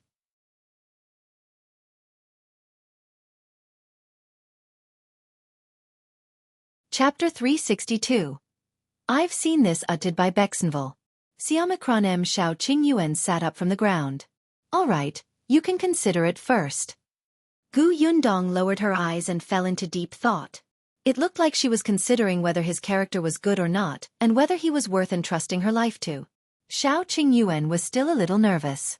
After a while he asked, "Have you thought about it?" It had been 15 minutes. Gu Yundong thought that she should be reserved enough. Hence, she nodded. "I've thought about it. Then, when we get back, I'll ask Auntie Dong to go to your house to propose marriage?" "Okay." Gu Yundong nodded. Xiao Qingyuan's eyes lit up and his breathing quickened. "Don't go back on your word." His expression was like a wolf's, as if he would pounce on Gu Yundong if she went back on her word. At that moment, Gu Yundong felt as if she had been tricked. She frowned slightly, but still nodded. "I mean what I say." With that, she quickly turned around and left. She felt that her face seemed to be a little red. If she stayed any longer, she might burn up. Xiao Qingyuan watched her leave and finally heaved a sigh of relief. Neither of them slept that night. The next day, Mao and the other 3 were surprised to see them yawning with dark circles under their eyes. Only Shen Sitian seemed to have sensed something. She pursed her lips and secretly laughed. After walking for another 2 days, the group finally arrived at the village where Stinky Egg was. Because she had been here once, many people in the village still remembered Gu Yundong. They just found it strange that when she went there were only 2 people, but when she came back, there were 2 carriages. Originally, she wanted to stay at Stinky Egg's house, but it was obvious that the place was too small. He could only borrow a few rooms from his neighbor. Stinky Egg was very happy to see her. After being happy, he was a little disappointed. Gu Yundong found it strange. "What's wrong?" "Sister Gu, after you left, I went to look for the medicinal herb you mentioned, but I couldn't find it after searching for a long time." Gu Yundong was taken aback. "That medicinal herb is rare to begin with. Of course, it's not easy to find. You don't have to deliberately look for it." Stinky Egg knew that. She had said that last time. But he knew that Gu Yundong would come again, so he wanted to surprise her. She gave his family so much money. Not only did they repay their debt, but they also repaired the house. When it was raining again, there would be no more leaks. His father said that he wanted to do some small business with the remaining money. When his father earned money, he would send him to school. Gu Yundong did not expect Stinky Egg's father to have such thoughts. "Send you to school? That's a good thing." "Yes." Stinky Egg was still a little embarrassed. "My father said that Sister Gu knows what those herbs are for when she sees them because she has studied. In the future when I can read, I won't waste good herbs like ordinary flowers." Stinky Egg was very happy to be able to study. He was very glad that he had met Sister Gu before and their family had improved. Actually, her parents had said that if Sister Gu had not said it explicitly at that time, as long as she cleverly said that she liked the flowers, she could take them away without spending a single cent. However, Sister Gu did not do that. She was a person with a conscience. Xiao Qingyuan asked, "What medicinal herb?" Gu Yundong did not hide it from him. She took out the medical book she had copied and flipped to one of the pages. "This is it. I got this book from Dr. Song. It's filled with herbs. If you see anything on it in the future, you have to be careful and pick it back for me." Xiao Qingyuan liked it when she instructed him so bluntly. It felt like the two of them were very close. He nodded as he flipped through the pages. "Ha! I've seen this before."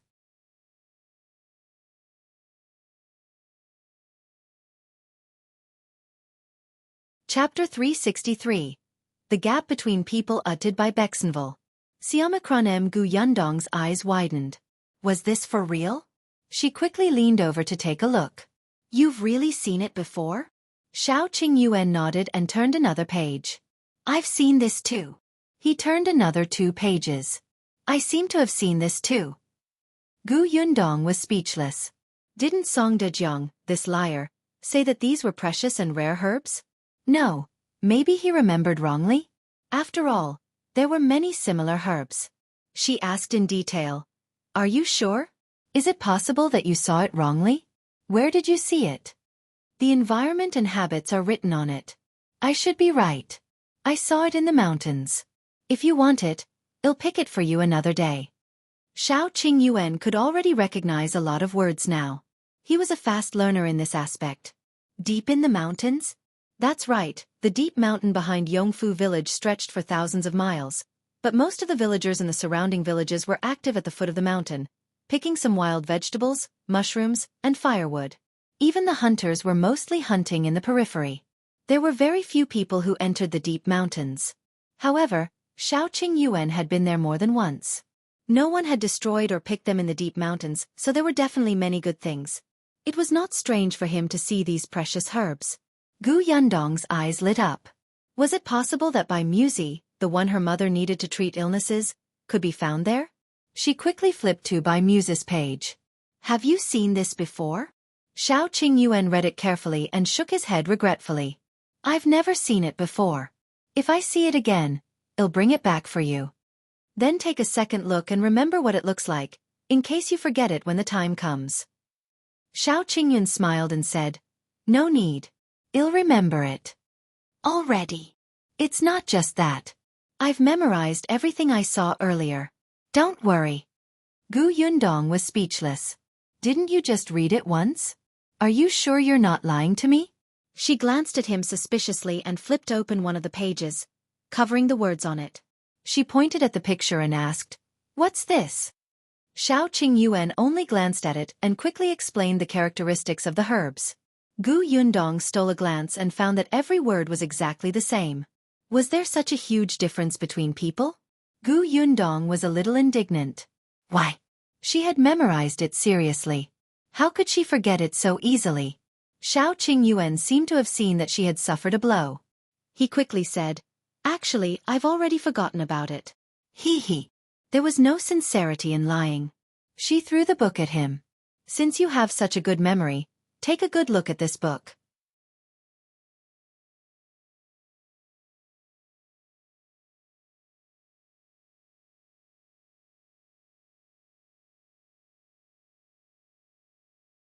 After being away for so long, Gu Yundong was already eager to return home. She could not wait to see the 2 little fellows at home. Madame Yang also missed them. She held the 2 puzzles that Gu Yundong had made for her tightly in her arms and was ambitiously waiting to teach the 2 children how to play when she got home. Bian Yuanji, on the other hand, had been a little down for the past few days, but he gradually became nervous. After all, he was going to a strange place. Even though he had good friends there, he still felt uneasy. After leaving Stinky Egg's village, they did not follow the original path and took a shortcut. Finally, after more than half a month, they arrived at Fengkai County. It was not even noon yet. If they were fast enough, they could return to Yongfu village for lunch.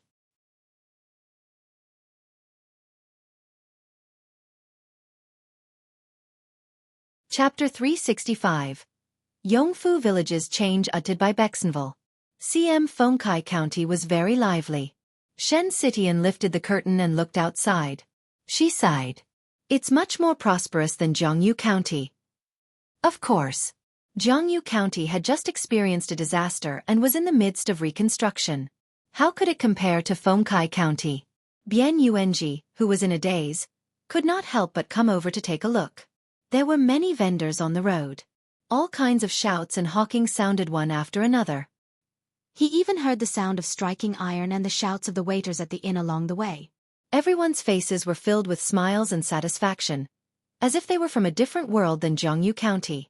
Gu Yundong sat beside him and said in a low voice, "Don't be afraid. We're just going to First Uncle's house. Think about it. You'll be able to see your best friend, Shu, soon. Aren't you happy?" "Of course I'm happy." Bian Yuanji immediately said, "Cousin, I'm not afraid.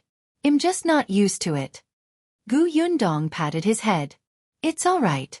We weren't used to it when we first arrived. You'll get better in time." Hearing her words, Bian Yuanji couldn't help but think of when Shu first came to this county. Was he as lost and helpless as him? Suddenly, Bian Yuanji wasn't so nervous anymore. What's going on over there? It looks so lively." Shen Citian suddenly pointed at a restaurant beside them and asked. Gu Yundong glanced at it. It was Lu Weiss Jinxiu restaurant. It was usually quite lively, but today, Gu Yundong had heard Lu Wei complain that these students were the most annoying. It would be fine if their family was rich and generous, but if their family was poor and liked to pretentiously gather in the best restaurant in the county, it would really be a headache. These people usually stayed for an entire day. They didn't eat much and kept talking, affecting others. If the boss asked them to leave, these people would scold the boss for being unscrupulous and greedy. In Gu Yundong's opinion, they should not be spoiled. It was a restaurant and a business to begin with. If you want to eat, eat. If you don't, scram. Could Shu be inside? You said that Shu is also studying in school now. Will he also come here to discuss knowledge with others? Bian Yuanji looked forward to it. Gu Yundong waved her hand. He's still young and has just entered the school. He won't appear here. He should still be in school. Let's go back to Yongfu village first. When Shu comes back and sees us, he will definitely be very happy. Yeah. The carriage gradually drove away. Not long after they left, a small figure raised his head and puffed out his chest. He walked into Jinxiu restaurant in an awe-inspiring manner. Gu Yundong was in a hurry to go home, so she did not check out the shops in the county. She only glanced at them when she passed by and saw that everything was normal. Zhuangzi was welcoming the guests enthusiastically, so she put down the curtain.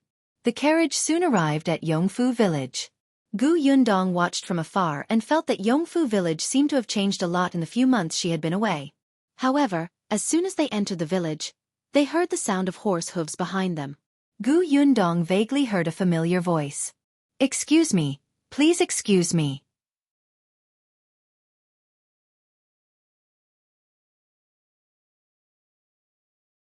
Chapter 366:1 was fighting against injustice uttered by Bexenville. Siema Mao, who was driving the carriage, pulled the reins to the side and muttered, "The roads in this village are so narrow. Why are you riding a fast horse? Don't you know that you'll bump into someone?" However, Gu Yundong had already lifted the curtain and looked out. Indeed, she recognized the person riding over from afar. She raised her hand and called out, "Luan!" Luan was stunned. When he took a closer look, he was so excited that he almost fell off the horse. He quickly pulled the reins and stopped. Then, he dismounted and ran forward. He said happily, "Lady Gu, you're back? You just came back? That's great."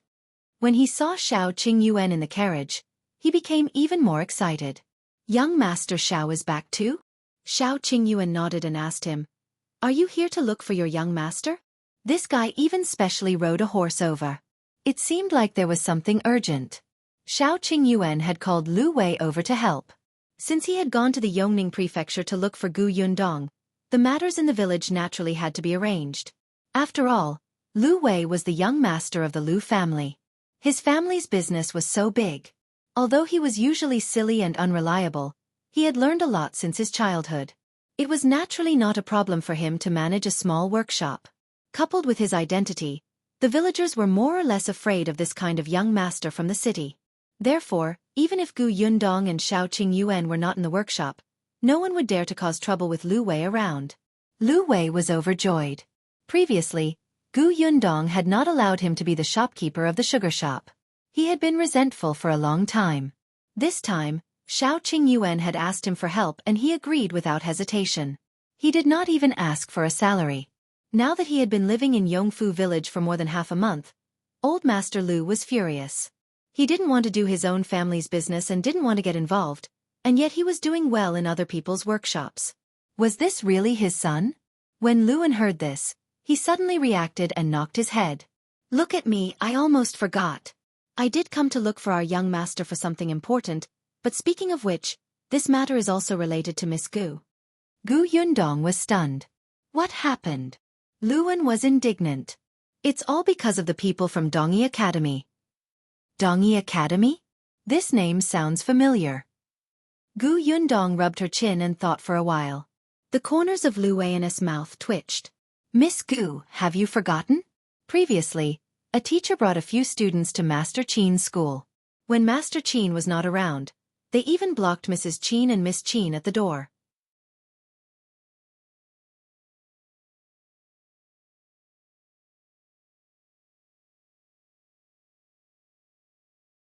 Chapter 367.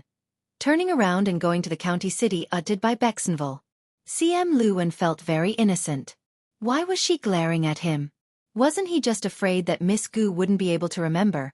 So he explained in detail? Dongyi Academy organized a scholarly gathering at the Jinxiu restaurant. They said that they wanted to discuss knowledge with the students in Master Qin's academy and communicate with each other. It sounds nice, but in fact, it's just that the two schools are fighting in the arena, and a few students from each side will compete. Gu Yundong frowned. I remember that the oldest in Qin Wenzheng School is only 12 years old. Is Dongyi Academy planning to bully the weak?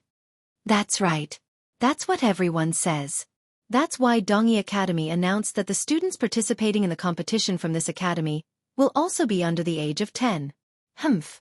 Who doesn't know what they're thinking? To meet the requirement of being under the age of 10, they could find some 9-year-olds. Luan was very angry when he said that. Not only were Teacher Qin's students young, but there were also very few of them. There were less than 20 of them in total. However, Dongyi Academy had said that although Teacher Qin had few students, Teacher Qin's requirements for disciples were especially strict. Therefore, his students were all talented and smart prodigies. To be honest, Dongyi Academy was at a disadvantage. They had never seen such a shameless person. When scholars were shameless, nobody could compare to them. Where's Qin Wenjing? Xiao Qingyuan asked. Luan pulled a long face.